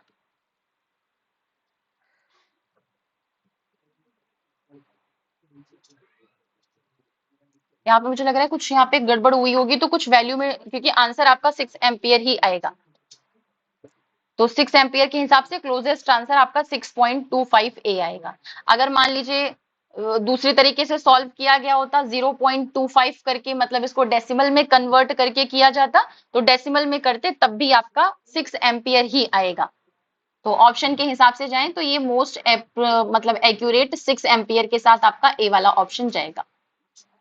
Next question, which one of the following is the renewable source of energy, निम्नलिखित में से कौन सा ऊर्जा का नवीकरणीय स्रोत है, पेट्रोलियम है, ग्राउंड वाटर है, नेचुरल गैस है कि कोल है, तो ground water is the correct option, मतलब कि B is the correct one. Question number 65, unit of heat, heat की यूनिट जूल होती है। यूनिट से रिलेटेड आपके बहुत सारे क्वेश्चंस आए हुए हैं, तो सारी के सारी यूनिट्स को ध्यान में रखिएगा। अब ये दो क्वेश्चन थे जो आपके उधर मैराथन वाली क्लासेस में ऐड नहीं हो पाए थे जब थियरी करवाई थी, तो इनको अभी समझ लीजिए। देखिए इस तरीके से अभी तक हम जितने भी क्वेश्चन कर रहे हैं उसमें वो क्वेश्चन में ही बता दे रहा है कि बैटरी इतने वोल्टेज की है और उसमें रेजिस्टेंस जो है वो सीरीज में कनेक्टेड है कि पैरेलल में कनेक्टेड है, और आप करंट निकालिए। इसमें होगा कि कुछ नहीं बताएगा, फिगर दे देगा और बस इतना कह लेगा कि इसमें दिए गए परिपथ में सेल से प्रवाहित धारा निकालिए, मतलब कि करंट निकालिए। तो आपको ये खुद से सॉल्व करना पड़ेगा। सबसे पहले ये वाला पोर्शन जो है वो पैरेलल सर्किट में दे रखा है, पैरेलल में दे रखा है, तो इसके लिए आप 1/r करके निकालेंगे तो 1/2 प्लस 1/2 बनेगा, मतलब कि 2/2, और ये हो जाएगा 1। अब इसको अगर सॉल्व किया आपने तो ये पैरेलल भी आपका 2 ओम के सीरीज में आ गया, मतलब ये इस तरीके से बन गया ना, ये बन गया, ये 2 ओम पहले से था, ये आपका 1 ओम हो गया। अब जब सीरीज को ऐड करेंगे तो 2 + 1 3 ओम हो गया, मतलब टोटल रेजिस्टेंस कितना है, टोटल रेजिस्टेंस 3 ओम है, और जो वोल्टेज है वो पहले से 6 वोल्ट दे करके रखा हुआ। अब इसको सॉल्व करिए, करंट निकालने के लिए I is equal to V/R, मतलब कि 6/3, 3 2 जा 6, मतलब 2 ampere is the correct option, C is the correct one. ये क्वेश्चन सिर्फ एक ही बार पूछा गया है, पर करा दे रही हूं बाय चांस इसमें से क्वेश्चन आ जाए तो।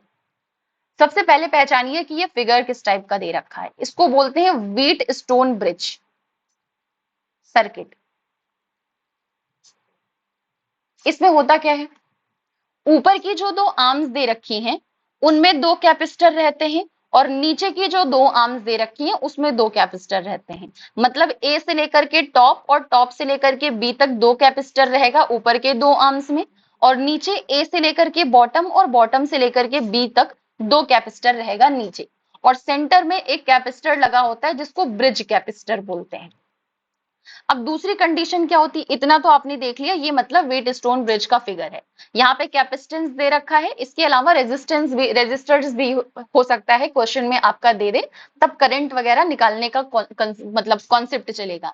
यहाँ पर सिंपली आपको टोटली कितना यहाँ पे कैपेसिटेंस है बस ये निकालना है, माइक्रोफैरेड कैपेसिटेंस की यूनिट होती है, मतलब केवल कैपेसिटेंस निकालना है आपको यहाँ पे। अब ये जो सेंटर वाला है वो क्या दिखाता है, ब्रिज, ब्रिज कैपेसिटर दिखाता है। अब इसमें सबसे पहले बैलेंस चेक करते हैं कि क्या ये जो सर्किट दे रखी है ये बैलेंस्ड है या फिर नहीं। तो पहले तो बता दिया गया कि जितने भी इसमें 5 कैपेसिटर लगे हैं वो सारे के सारे 10 माइक्रोफैरेड के हैं। अब 10 माइक्रोफैरेड के हैं, इसका मतलब है कि जो ब्रिज है आपकी वो बैलेंस्ड है। जब ब्रिज बैलेंस्ड होती है तो जो ऊपर का टर्मिनल होता है वो नीचे का टर्मिनल, ये दोनों ही टर्मिनल पर जो वोल्टेज है वो इक्वल होती है। वोल्टेज इक्वल होने की वजह से बीच का जो ब्रिज कैपेसिटर है उसमें चार्ज फ्लो नहीं करता है। तो क्योंकि चार्ज फ्लो नहीं करता है, इसकी वजह से हम इसको कैलकुलेशन में नहीं इंक्लूड करते हैं। हमारी कैलकुलेशन में क्या आएगा, ऊपर के दोनों आएंगे और नीचे के दोनों आएंगे। और पहले ही आपको बताया था कि जैसे रेजिस्टेंस में सीरीज और पैरेलल चलता है, उसका जस्ट अपोजिट आपका कैपेसिटेंस में चलता है। सीरीज के लिए वहां पर हम R1 R2 कर रहे थे, यहां पर सीरीज के लिए 1/R1 R2 किया जाता है। 1/C is equal to 1/C1 plus 1/C2। क्योंकि यहाँ पे किसी तरीके का कोई टर्मिनल लगा नहीं है, हमने ब्रिज तो हटा दिया है, तो ये जो ये वाला कैपेसिटेंस है और ये वाला कैपेसिटर है, ये दोनों क्या हो गया, दोनों सीरीज में आ गया। तो सीरीज में आने के लिए हम क्या करेंगे, 1/C1 1/C2 करेंगे। तो दोनों ही 10 है, 1/10 प्लस 1/10, ये कितना हो गया 10, 2 2 5 10, मतलब कितना आ गया 5 माइक्रोफैरेड आ गया। ठीक है, नीचे के दोनों निकालते हैं। अब नीचे का दोनों भी 5 माइक्रोफैरेड ही आएगा, डिफरेंट तो आएगा ही नहीं, क्योंकि नीचे वाला भी दोनों सीरीज में है, 1/C1 1/C2 ही किया जाएगा। अब आपका क्योंकि यहाँ पर ए टर्मिनल ये बी टर्मिनल ये दोनों अलग अलग हो गए, जब अलग हो गया तो यहाँ पे जो क्या नाम है सर्किट है आपका, वो भी किस तरीके का हो गया, ये पैरेलल में चला गया। और जब ये पैरेलल बन गया, अब आप इसको क्या करेंगे, कैपेसिटर्स को ऐड करेंगे। तो C is equal to C1 plus C2 जाएगा। ऊपर के दोनों ऐड करके 5 माइक्रोफैरेड आए थे, नीचे के दोनों ऐड करके भी 5 माइक्रोफैरेड बनाए, मतलब कि ये दोनों पैरेलल में आ गए हैं। पैरेलल के लिए दोनों को ऐड करेंगे तो ये 5 प्लस 5 मतलब टोटल 10 माइक्रोफैरेड हो जाएगा। तो इसका राइट ऑप्शन क्या हो जाएगा, ऑप्शन नंबर डी। तो ध्यान रखिएगा कि इस तरीके का क्वेश्चन बाई चांस आपको दिख जाए तो कैसे करना है। यहाँ पे अगर रेजिस्टर्स दिए होंगे तो रेजिस्टर्स के अकॉर्डिंग सॉल्व कर लीजिएगा। बस यही आपका टोटल 66 67, ये टोटल 67 क्वेश्चंस थे जो कि 2011 से लेकर के 2021 तक प्रीवियस ईयर क्वेश्चंस में आप लोग के आए हुए थे। यहाँ पे आपकी साइंस होती है कंप्लीट, फिजिक्स कंप्लीट हो गया, केमिस्ट्री कंप्लीट हो गई और बायो कंप्लीट हो गई। जिन्होंने फिजिक्स और बायो की केमिस्ट्री और बायो की प्लेलिस्ट नहीं देखी है वो जाकर के चेक कर लीजिएगा। और आपका जो 30 मार्क्स का प्रिपरेशन है वो यहाँ पे होता है कंप्लीट। पेडागोजी के क्वेश्चन बहुत बेसिक बेसिक से आते हैं, ऐसे कुछ खास टफ क्वेश्चन आते नहीं है। अगर चाहिए होगा तो बताइएगा, 15-20 क्वेश्चन उसके भी हैं, आप लोग को पीडीएफ में शेयर कर दूंगी कि टोटल 2011 से 21 तक कितने आपके पेडागोजी से रिलेटेड क्वेश्चन आए। मुश्किल से 2 या 3 आते हैं, इससे ज्यादा पेडागोजी के क्वेश्चन नहीं आते। चलिए हमारा सेशन होता है यहाँ पे कंप्लीट। क्लास पसंद आए तो लाइक करिएगा, बाकी कमेंट करिएगा। मिलते हैं नेक्स्ट वीडियो में। आज रात में या तो कल तक आप लोग को सीडीपी की क्लास भी मिल जाएगी, 100 क्वेश्चन की मैराथन वाली। बाकी थ्योरी वाली 1 शॉट की क्लास करा दी थी, तो देखना होगा तो उसको देख लीजिएगा। चलिए, थैंक यू सो मच आप सभी को। Bye bye and take care.